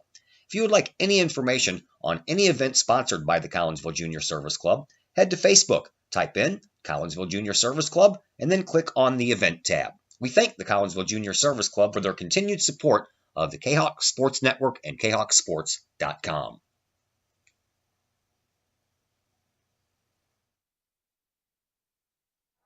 Once again, we welcome you back here to Fletcher Field. Todd Duke and Zach Roseman along with you. Softball team won today at Alton in a game that was actually a home game for Collinsville, but as usual, after a lot of rain, the CBSL is Lake CBSL. Lady Cahoks won 7-5 at Alton on the turf. Hickman's back out there for another inning, and a swing at the first pitch by Owen. Drops in there for a hit. And nice job there by Hogel keeping it in front of him. yeah, sure was. He got it on a short hop. Umpire immediately called the safe sign. He saw that ball hit the ground, and Collinsville picks up their 4th hit of the afternoon, and Lucas Owen is on at first base. And that'll bring up Ben Tillman.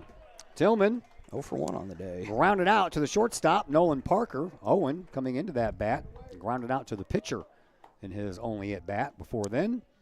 So Tillman looking for a hit ahead of Darden as the 7, 8, and 9 batters bat here in the inning for Collinsville. And Tillman wasted no time showing bunt. Down the first baseline it goes. That's a good one. Catcher throws in time for the out. And he did his job, did Tillman. He moved the runner down to second base on a sacrifice. Yeah, successful sacrifice. And went 2-4 because the second baseman was covering first. Grant Darden. Calvert to Murray. Bristow coming in. And now we'll see what Darden's able to do. Yeah, Darden was a strikeout victim in his only other at bat. Owen, not a huge threat to run down there at second. I want to say he's got about 5 stolen bases. Owen has 3 stolen bases. 3, all right. Hickman checks on him, brings it home. That one's inside. Grant Darden, the shortstop, could tie this game up with a well-placed base hit. Junior.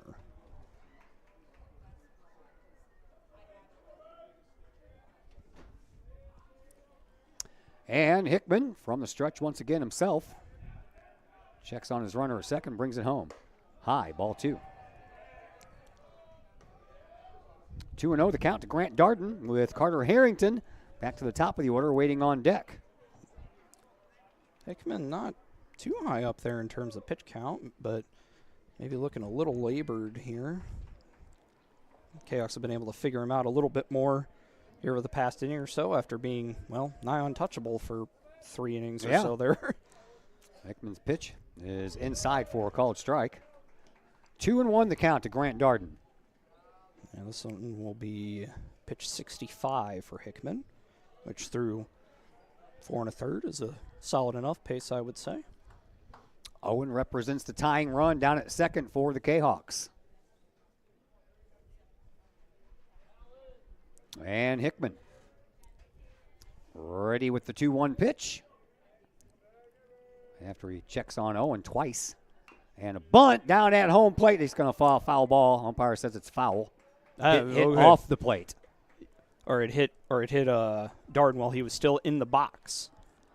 Could have. Yeah, that's what Coach Harper will check, because if Darden is out of the box, then he's out. Then he is out. Yep. Those of you who didn't know that, been a while since I've seen that actually happen, but that is the rule. Yeah. So it's a strike, if nothing else. So 2-2 now the count to Darden. Hickman trying to tune out the noise coming from the Kahawk dugout. From the stretch, checks on Owen, brings it home to Darden. Swing and a miss, and down on strikes is Darden. For the second out, 3rd strikeout of the game for Hickman.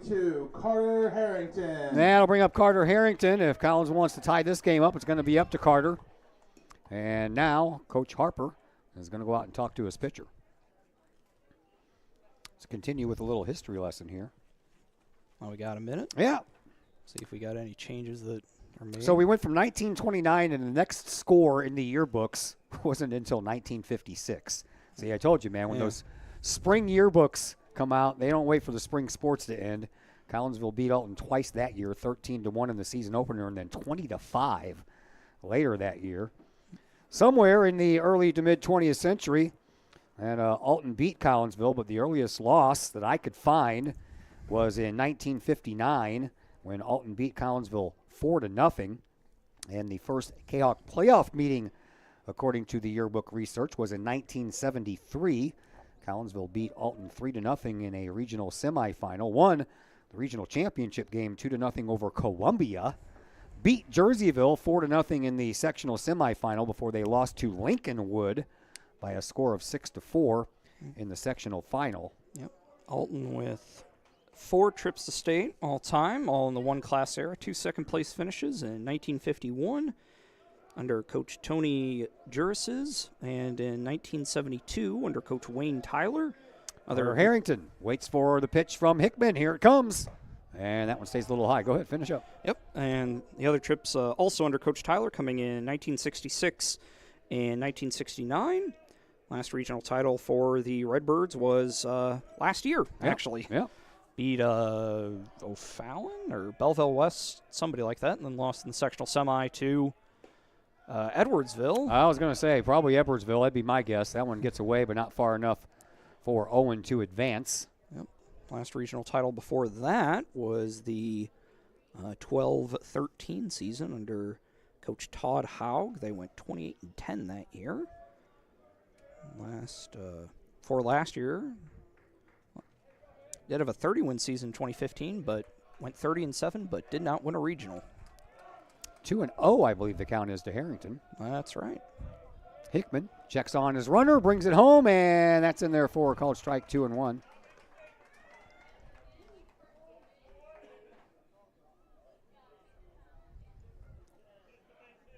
And Hickman climbs back up onto the hill. Owen down at second base now with 2 outs. Gets his lead. Second baseman and shortstop, kind of letting him be. Hickman checks on him. There goes the runner, and a time was called. Yep, no pitch. Yep, so Owen will, after going through all that effort, got a great jump, will have to jog the 90 feet back to second base. The last time Collinsville won a regional and sectional championship, you have to go all the way back to 2008, and they did beat Alton 13-12 in the regional championship game after they beat Granite City 2-1 in the regional semifinal. They beat O'Fallon 6-5 in sectional semifinal. Manuka 4-3 in the sectional championship game before they lost to Nequa Valley 5-0 in the super sectional. Yep, good run with Eric Shanahan and company. And a high fly ball on the move. Jack Pent out in center field. He's underneath it, and he has it for the out. So Collinsville will strand just their second runner of this contest, but Collinsville had an opportunity to tie it there and could not get it done. So we will move now to the top of the 6th inning, and we'll be back to tell you all about the new inning when we come back from a timeout here on the Kahok Sports Network. Do you have a big land improvement project that requires some outside help? Call Petroff Trucking Company. The Petroff Companies have been shaping the metro area since 1975. Family owned and operated, Petroff Trucking Company can do the job and do it right. Hauling, excavating, and grading, they do that and more. Petroff Companies also has roll-off dumpster rentals. They also specialize in dirt and rock sales. Petroff Trucking Company can help you develop your land for your needs. Petroff Trucking Company. Check out their website, petrofftrucking.com, or give them a call, 618-797-6100. Petroff Trucking Company, shaping the metro area since 1975.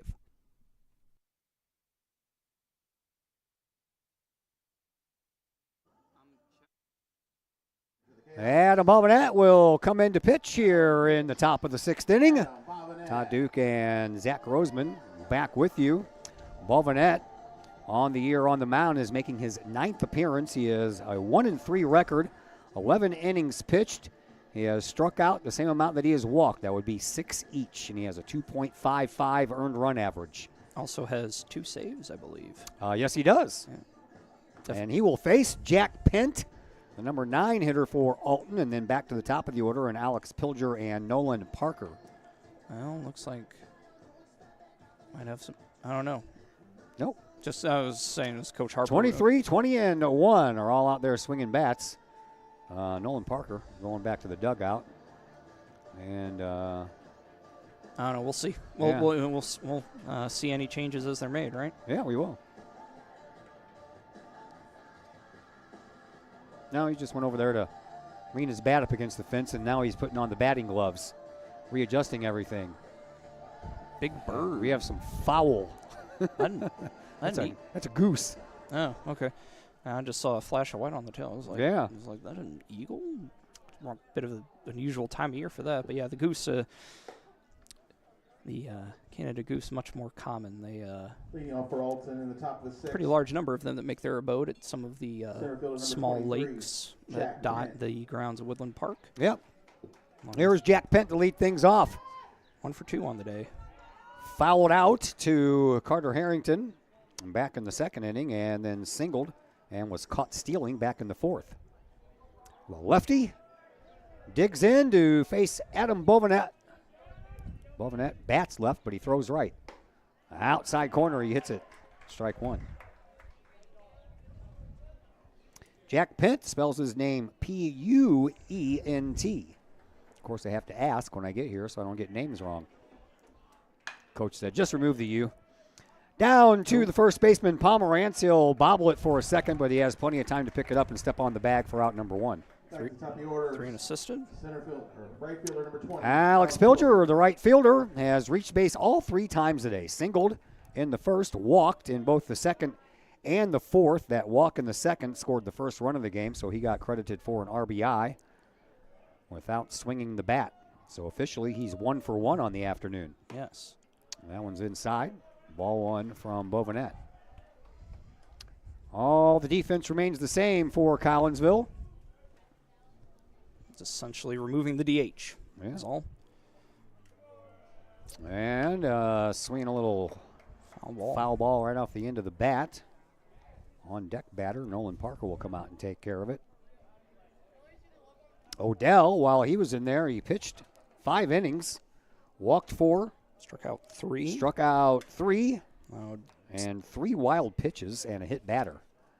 Swinging another foul ball. Allowing 6 or 7 hits. I still have him down for 7. Oh. I got 1 in the 1st, 3 in the 2nd, 2 in the 4th, and 1 last inning. That's what I have. I don't know. I'll have to. I guess I can figure that out real quick. Well, something got changed to an error. I don't think so. Only have Alton down for the 2.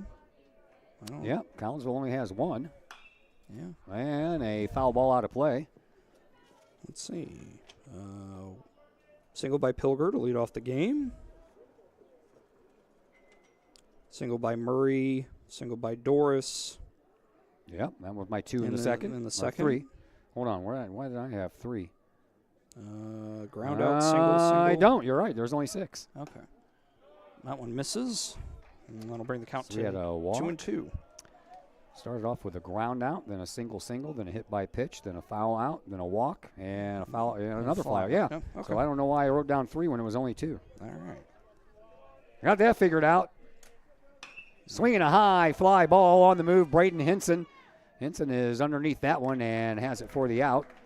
And there are 2 away. Collinsville, while Odell was in there, did not register a 1-2-3 inning. Although after Pilger let off in the 1st inning with that single, then they went 1-2-3. Shortstop number 1, Nolan Parker. Here is Nolan Parker. I'm lacking on my scoreboard duties here. And 2 outs. Yes, 2 away. Parker, he went 0 for 2 in his first couple of bats with a strikeout and a flyout. Then he doubled home run in the 4th inning. Then he was stranded. Pitch, swinging a foul ball back to the screen. 1 for 3, all told, on the day. Yeah.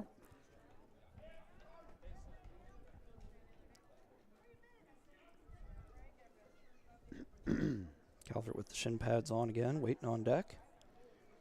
Yeah, we're down to the last couple of innings here. Collinsville's got 6 more outs to try to at least get the tying run across, and timeout called at home plate again.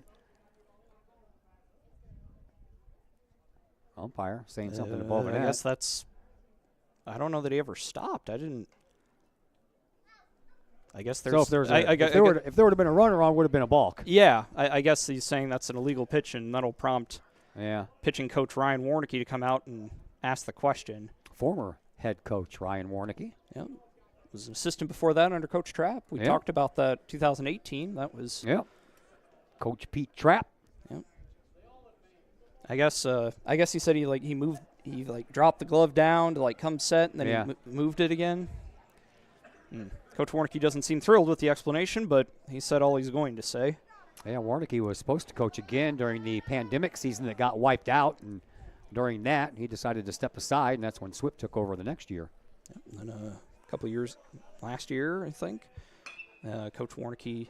High fly ball. Carson Perrell. He is back near the warning track and has it for out number 3. A 1-2-3 inning by Adam Bovinette will send us now to the home half of the 6th inning, and Collinsville still needs a run to tie things up, and we'll see if they can do that when we come back from a timeout here on the Kahok Sports Network. Hi, Purple and White fans. This is Dan Mode, class of 1989. I'm with New American Funding. Myself and New American Funding are proud sponsors of Kahok Athletics. As we have great coaches at CHS on all the courts, fields, and tracks, we like to coach you through the home buying process and refinance process. If there's ever anything we can do, I can be reached at 618-973-5343 or www.danmodeloans.com. Let's support our student athletes at CHS. They deserve the best. Thank you for your time, and go Kahawks.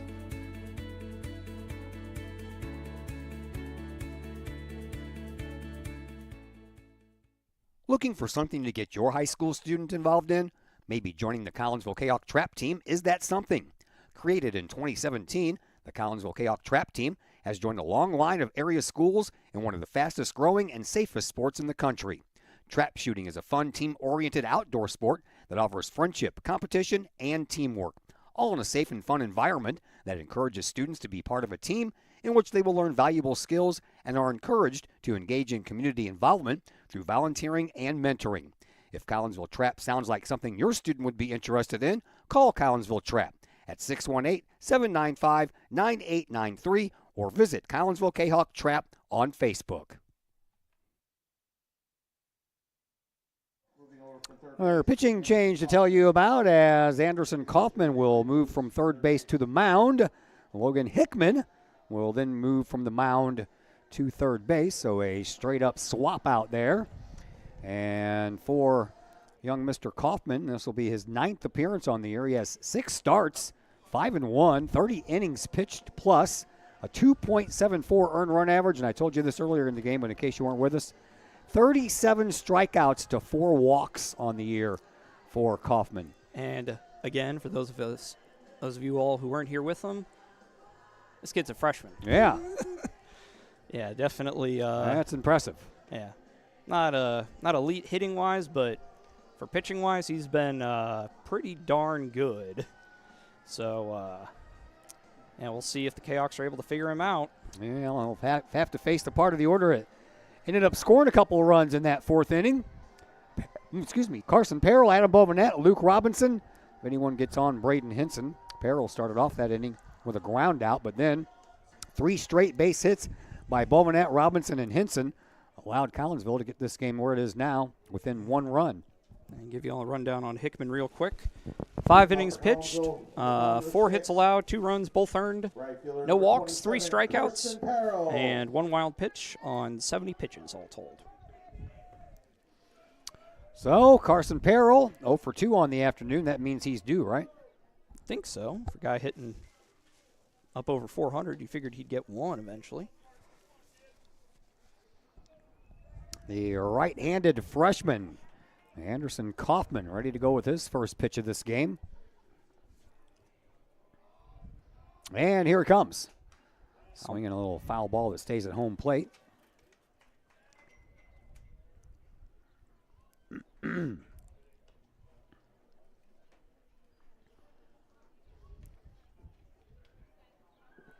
Ready to go once again.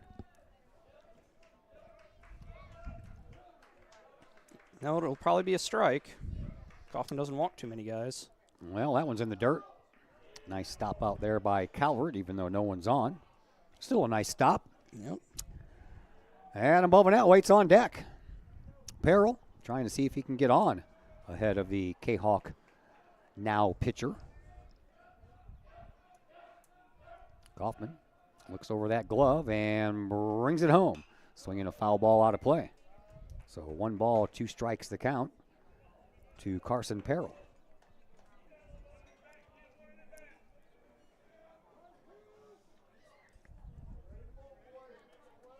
Beautiful day here in the Midwest. We were due for a beautiful day, and we got one.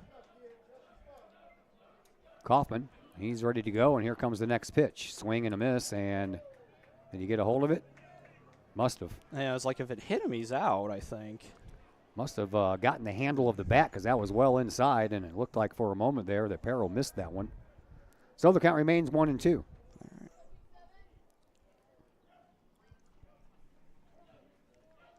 Peril waits the next pitch from the righty Kaufman. Here it comes, and it's over his head. That'll even things out at 2-2.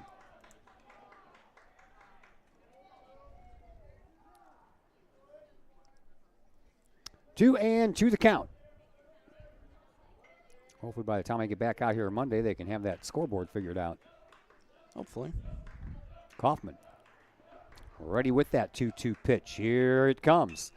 Foul, or excuse me, a high fly ball. It's going to stay in the park into foul territory, and it's going to bounce near the base of the fence down the first base line as Alex Pilger was on his horse trying to track it down, but that was too far away from him and turns into just a long strike.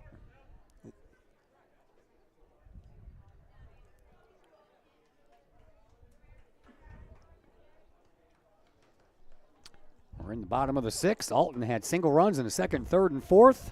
Collinsville has blanked them the last two innings. Kahawks, both of their runs came in the fourth inning, trying to get at least one more here before we head to the seventh. Kaufman shakes off one offering, says yes to the next, brings one home, a high fly ball. That one's heading toward the gap. On the move, no one's going to get there. A bouncer that Jack Pint picks up, throws it into second base, but in there safely is Carson Peril with a nice leadoff double. Have to throw in pretty quickly. So the tying run now at second base for the pitcher, Adam Bovenet. Bovenet singled, an infield single. Yeah, what to about get things started? Yeah. What about 12 feet? Yeah.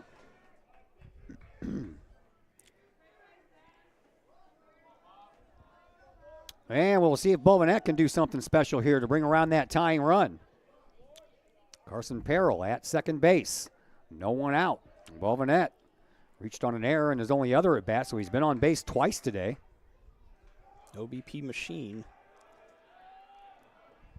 Kaufman checks on his runner, brings it home to Bovenet. Swing and a miss. Bovenet was trying to hit that one over the chiropractic work sign out there in right center field. And he was trying to hit that trailer out there across the road. Yeah. 0-1 the count to Bovenet. Kaufman has to work from the stretch after the first batter. To the belt, checks on his runner, and brings the pitch home. Outside and a little bit low as well. Ball 1-1 to Bovenet.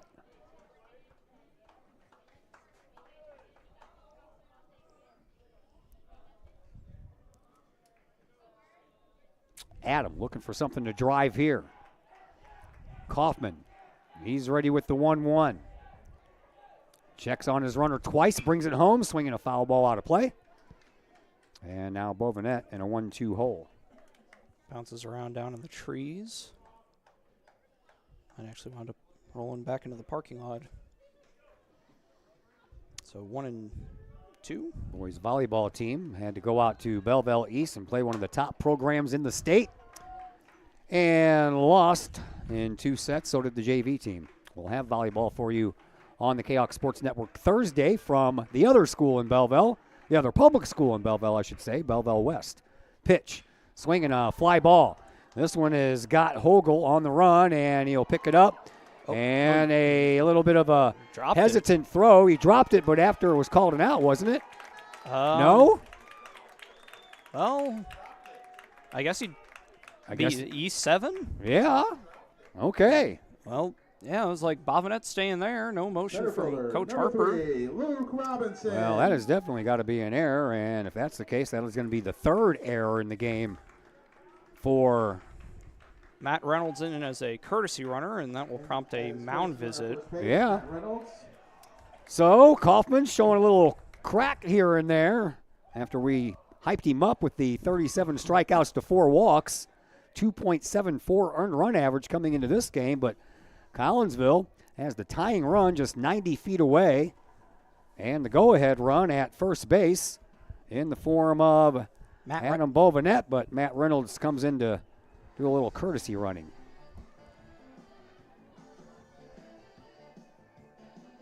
Matt Reynolds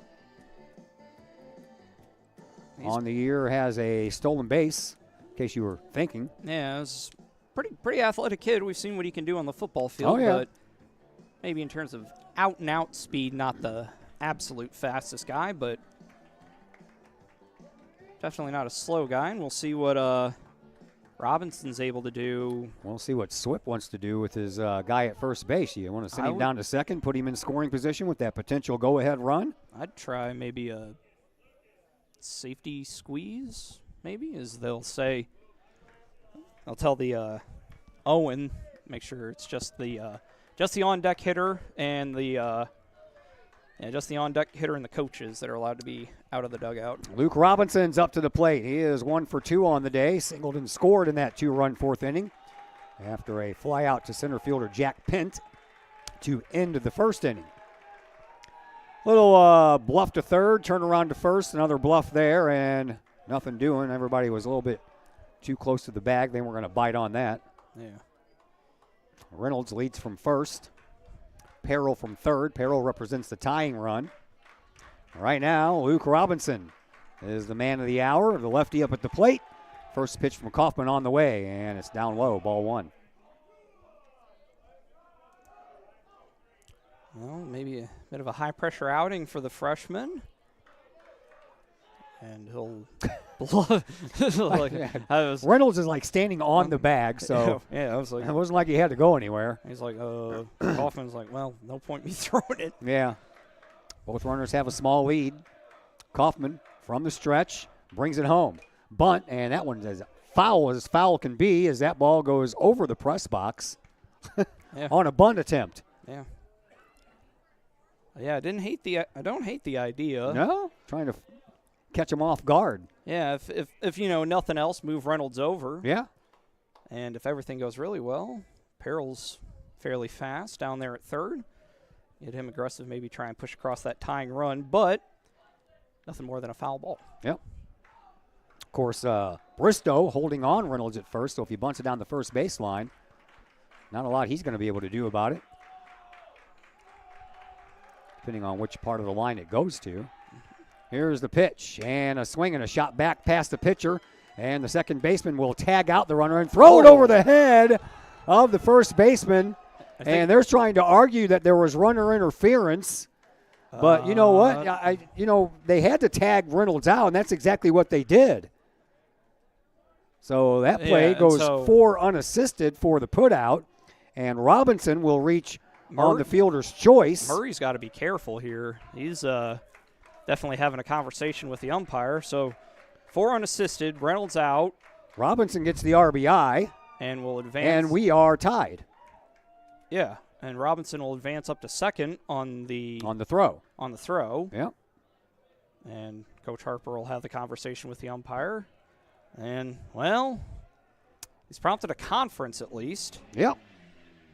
I don't know if they would change that or not. The only question is whether Robinson would be out. The run would score. Well, I don't think that Reynolds messed with the throw from Reed Murray because Murray had to tag him out. Yeah. Then he had to take the ball out of the glove and throw over to first, and he just threw high. Yeah, it doesn't look like there's going to be any. No, umpire says he's safe over at second base. Okay. So that'll bring up Henson. Up next for the Kahawks, left fielder number 12, Braden Henson. So Henson will come up 1 for 2 with a chance to give Collinsville their first lead of the day. There is one out. Runner at second base. Henson, as you mentioned, 1 for 2. Grounded out in the second.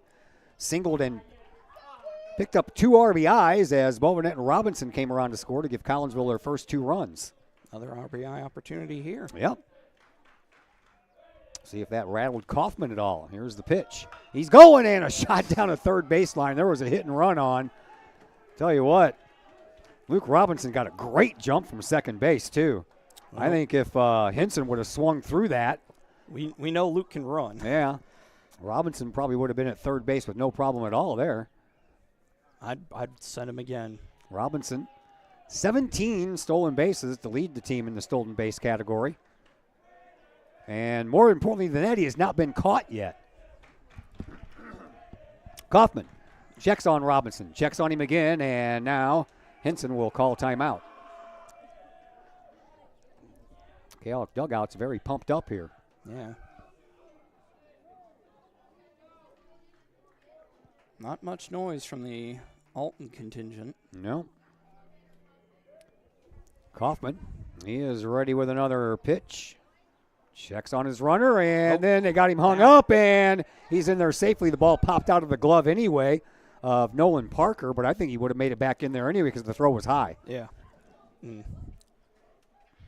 So Collinsville almost had another runner picked off there as Robinson was leaning toward third. Yep. But didn't happen. Yep. Braden Henson digs back in from the right side. Kaufman still working from the stretch. Brings the pitch home. Swinging a little nubber past the pitcher. That's going to at least get the runner to third. And nowhere to go. Now they have the runner hung up between third and home plate. And Robinson trying to make it back to third. He does. No one covers second. And everybody's safe. All right. So I guess we'll call that a single. And then, yeah, I guess we'll call that a single and then advancing to second on the throw. Yeah. I guess. Yeah. Okay. That'll work. Yeah, I'll take it. Yep. Next, first baseman, number 4, That was Roman Pomerantz. quite the little play there. Yeah. All the way around. Now, Roman Pomerantz with an RBI opportunity to see if he can give Collinsville their first lead. Pomerantz is 0 for 2 on the afternoon. They will intentionally walk All Pomerantz. Second baseman, number 14, All right. Lucas Owen. That's interesting. Well, they're looking for the inning-ending double play. They already turned a double play here this afternoon for their 21st twin killing on the year. All right, we will have pinch runner, or well, I guess a pinch runner technically is Cal Swartz will come in to run. Yeah. In to run at first base, number 50, Cal Schwartz. So Cal Swartz is at first base. Braden Henson's at second. Luke Robinson is at third, representing the go-ahead run. And to the plate, Lucas Owen, who is 1 for 2 on the afternoon. Singled in the 5th inning, but was stranded. Grounded back to the pitcher. Back in the second. Infield in. Yep. Outfielders maybe even in a little bit. Playing for the play at the plate to cut off the go-ahead run. We're tied at 3, bottom of the 6th. 1 away. Bases full of Kahawks. Kaufman from the stretch. Ready to pitch. And here it is. Low away. Nice stop over there by Calvert as he had to slide out to his right to keep that one from getting away. Kaufman would be liable for the loss here. Hickman can't get the win. Nope. At this point, despite the really pretty strong outing from the junior hurler. Yeah, right now it's Kaufman and Bovanet, the pitchers of record. And the pitch on the way, swing and a miss. And Owen now down there with a 1-1 count. Ben Tillman waits on deck. Right now, it's up to Lucas Owen. 1 away. Bases loaded full of Kahawks. Kaufman. He's ready to go. Here's the pitch, swinging a little nubber. That one's going to get down into the outfield. Collinsville is going to take the lead. And everybody. A little Texas League blooper by Lucas Owen will give Collinsville the 4-3 advantage. All right, everybody will move station to station. And Lucas Owen will pick up RBI number 5 on the year. And now Ben Tillman will see if he can keep things going here. Tillman 0 for 1 on the day. 0 for 1 with a sacrifice. Ground out, bunt. That went from Calvert, the catcher, to Reed Murray, the second baseman, covering first. Alton infield continues to play in for the play at the plate, trying to lessen the damage here. Pitch. Strike called. Just a little Texas League blooper by Lucas Owen. Yeah, if the infield's playing straight away, I reckon Murray or Bristow's probably able to get to that ball. Probably. But that's how it goes sometimes. It's a game of inches. Kaufman ready with the next pitch to Tillman. Here it comes. Swing and a miss. Big cut there from Tillman. Sure was. Tillman in an 0-2 hole. Looks like Henry Sterneman will pinch hit. At least he's got a bat down there. Yeah, he's in the on-deck circle for Grant Darden. Depending on what happens here, whether he'll get a bat or not. Here's the pitch. He swung at it. He went around. Yeah, he did. Yeah. Okay. Tillman's down on strikes for out number 2. And that will bring up Henry Sterneman. Henry Sterneman, the junior. Sterneman on the year. I think he's still looking. No, he's got it. Okay. He's batting 300. Yeah, I was like 2 runs batted in. Yeah, I was like, he's got a couple. And hits. a double. Yeah, I think he had a double in that East St. Louis game I did. Maybe. He is the 8th man to bat here in this inning. Henry Sterneman. He's got a fire lit over there. Somebody's grilling. Not a bad day for it. Nope, not at all. Getting to be about dinner time. Yeah, past dinner time. 6:45, man. Yeah. Approaching that 7 o'clock hour. I'm starting to get hungry. So, base is still loaded here for Collinsville. 2 outs.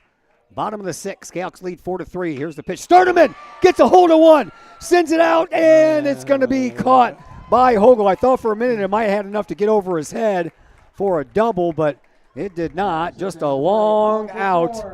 And that will take us to the top of the 7th inning. Collinsville gets a couple of runs across the plate in the home half of the 6th. And now they are 3 outs away from a complete comeback. And we will see if that'll happen as we move things to the top of the 7th inning when we come back from a commercial break here on the Kahok Sports Network. Looking for someone to help get your house in tip-top shape? Look no further than former Kahok Kara Gray with Clean Living Cleaning Services. From bathrooms to kitchens to garages to bedrooms and even commercial spaces, Clean Living is your place to go.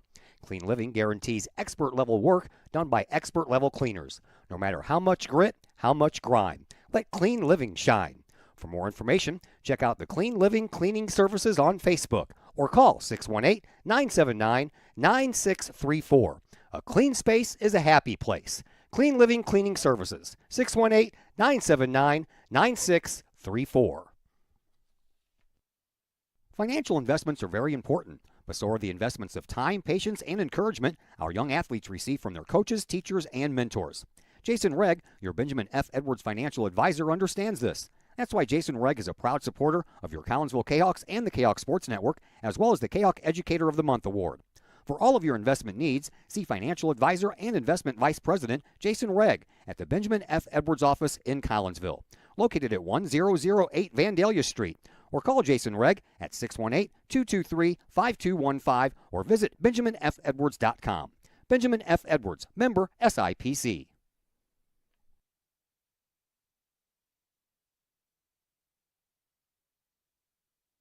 Once again, we welcome you back here to Fletcher Field in Woodland Park. Adam Bovenette looking to pick up the win on the mound as he came in relief of Logan Odell. And after Collinsville, whoa, right into the glove of Carter Harrington. First pitch, line out by Aiden Calvert. And that was a big-time swing and a big-time catch. That is the quintessential nice swing. You're out. Yeah.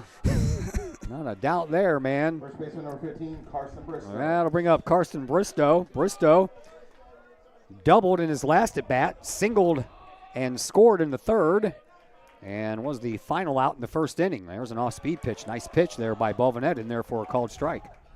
Middle of the order. Calvert already out. Bristow, the cleanup man, then Logan Hickman in the on-deck circle. Bovenette's ready with the next pitch, and that one's a little outside, 1-1. Man, Calvert scorched that, but you know what? Carter Harrington was playing just in the right spot at the right time. Yeah. Went right to him. Mm-hmm. Bovenette, he is ready. Here's the pitch. Swinging a foul ball, all right, past the third base coach's box. 1 ball, 2 strikes to count to Carson Bristow. Bovenette looking for his first strikeout. Came in the 6th inning, got a 1-2-3 inning, the only 1-2-3 inning thus far in the game for Collinsville. But Bovanet looking to accomplish the same thing here and get out of here with a 4-3 win.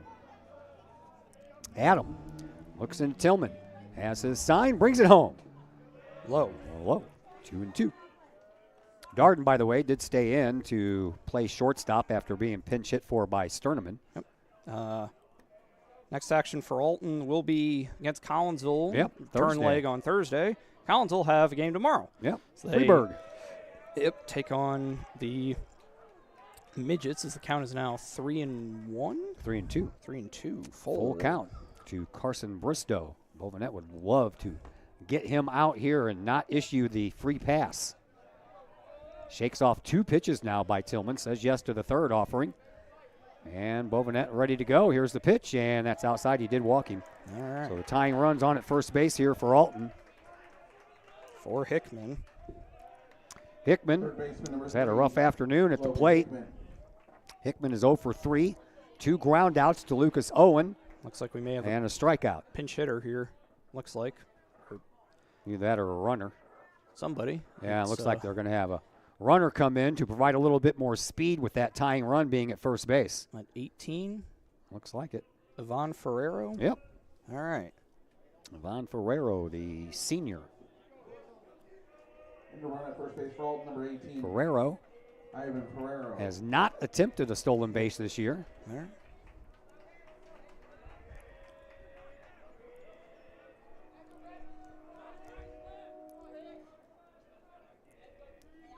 So runner at first, 1 out. Chance for a double play to end it here for Collinsville. Harrington playing in at third base, looking for maybe the bunt, but Hickman showed no such sign as Bovanet throws one down low. Pitch into contact, but got to be close enough to justify swinging at. Yep. Bovanet from the stretch. Brings it home. Swing and a miss. Hickman struck out in his last at bat. That was against Odell in the 5th inning, right after Bristow led off the inning with a double.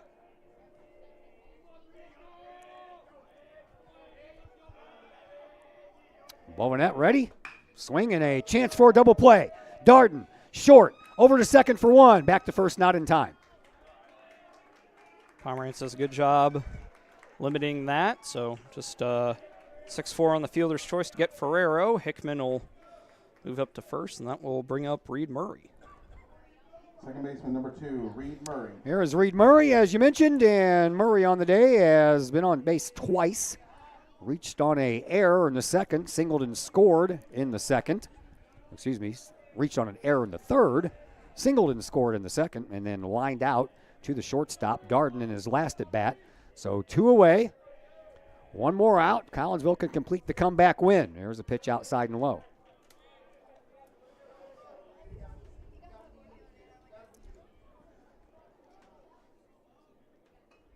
Bovanet, 1 out away from picking up win number 2 on win number 2. Got to get there first, though. Yep. Pitch. Strike called.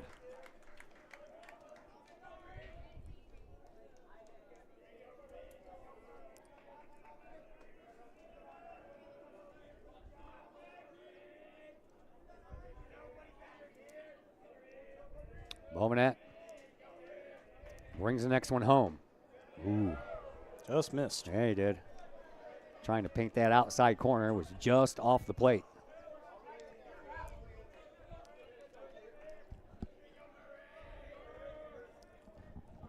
Adam back on the bump. Looks into Tillman, has his sign. Ready. Next pitch to Murray on the way and outside.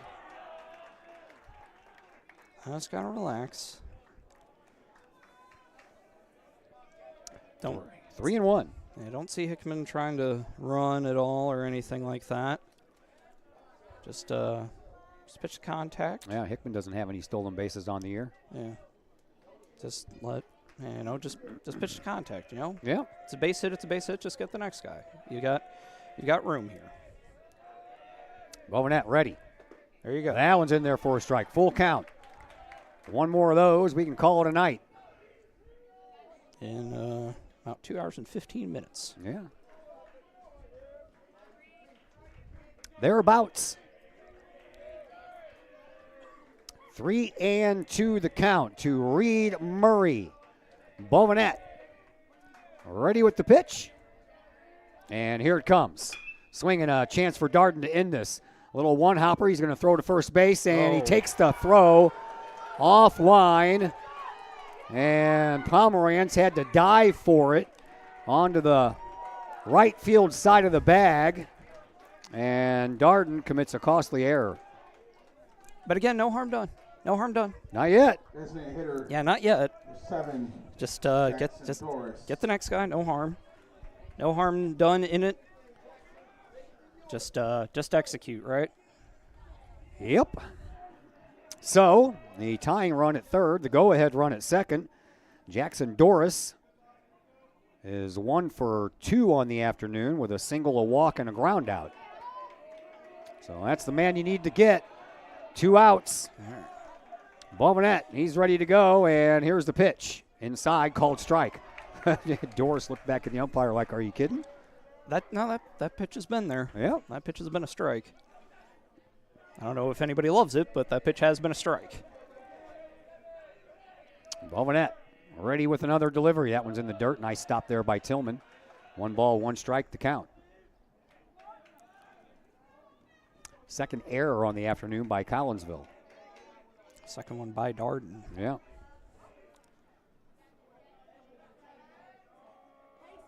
Coach Harper with some instructions to his guys. 3 runs on 6 base hits for Alton.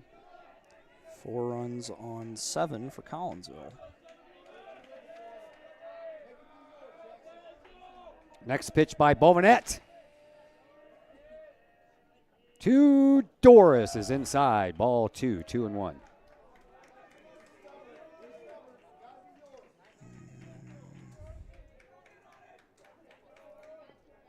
Give Kaufman a chance to redeem himself if Doris able to get on here.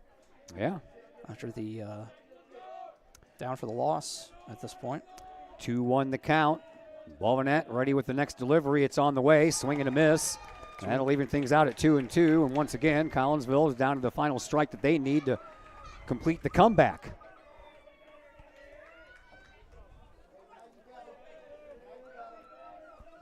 Hickman, he's at third. Murray, he's at second. Doris, the batter, waits from the right side with a 2-2 count. Bovinette. He pitches in the dirt. 3-2.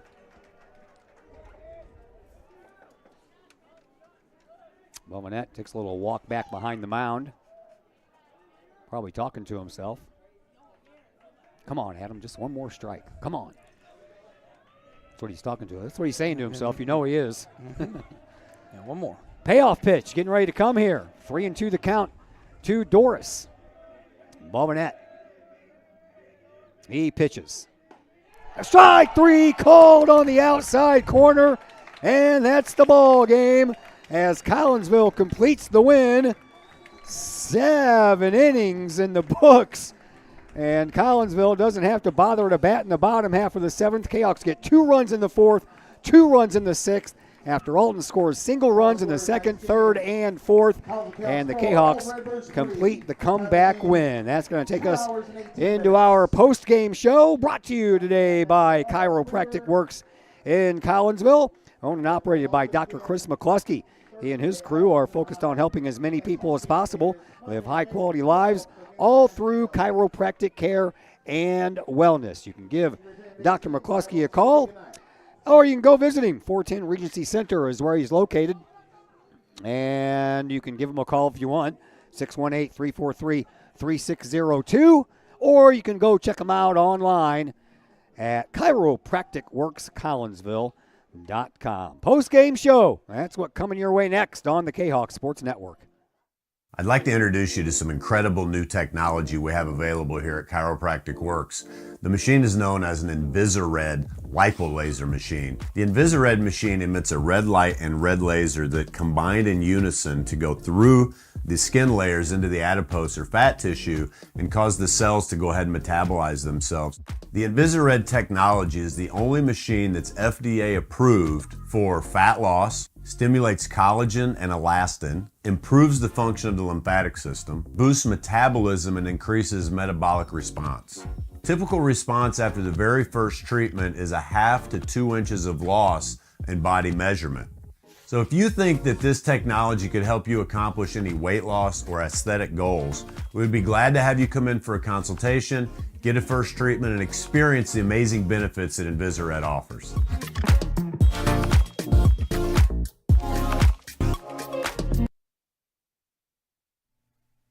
Lottie's Cafe, Collinsville's hidden gem. Lottie's Cafe offers food, cocktails, and gaming in a great atmosphere highlighted by fast and friendly service. Lottie's Cafe also offers a unique menu that features soups and salads, sandwiches and paninis, pizza and flatbreads, appetizers and desserts, as well as breakfast. That's right, we said breakfast. Unique breakfast items such as a breakfast stromboli, a breakfast BLT, and breakfast burritos. Lottie's also offers creative cocktails, a wine bar, the coldest beer around, and a video gaming area for those 21 and older. And don't forget the Lottie's Cafe gift certificates. Lottie's Cafe, Collinsville's hidden gem.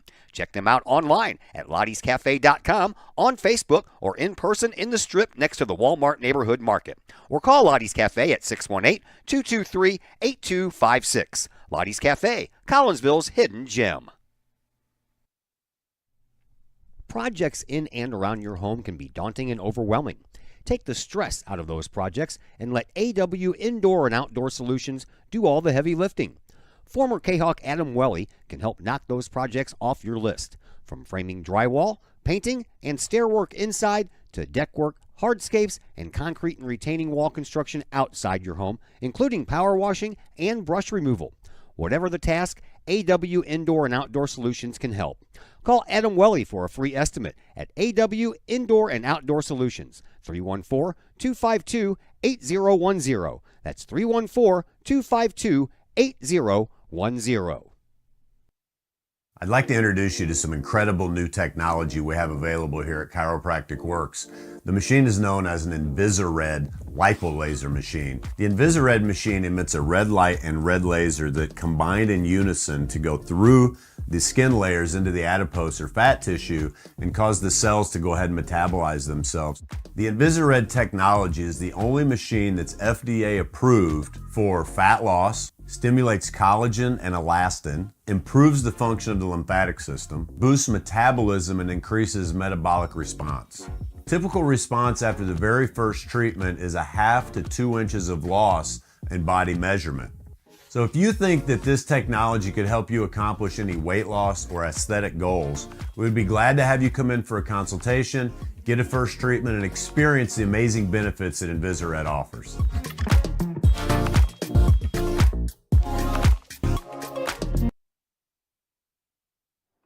Back here at Fletcher Field, Kahok's complete the comeback win over the Alton Redbirds by a score of 4-3. Alton with single runs in the second, third, and fourth inning. Collinsville put together 2 runs in the fourth and the sixth and came all the way back to win this one by a final score of 4-3. Adam Bovanet ends up with the win on the hill, and the losing pitcher is Logan Hickman.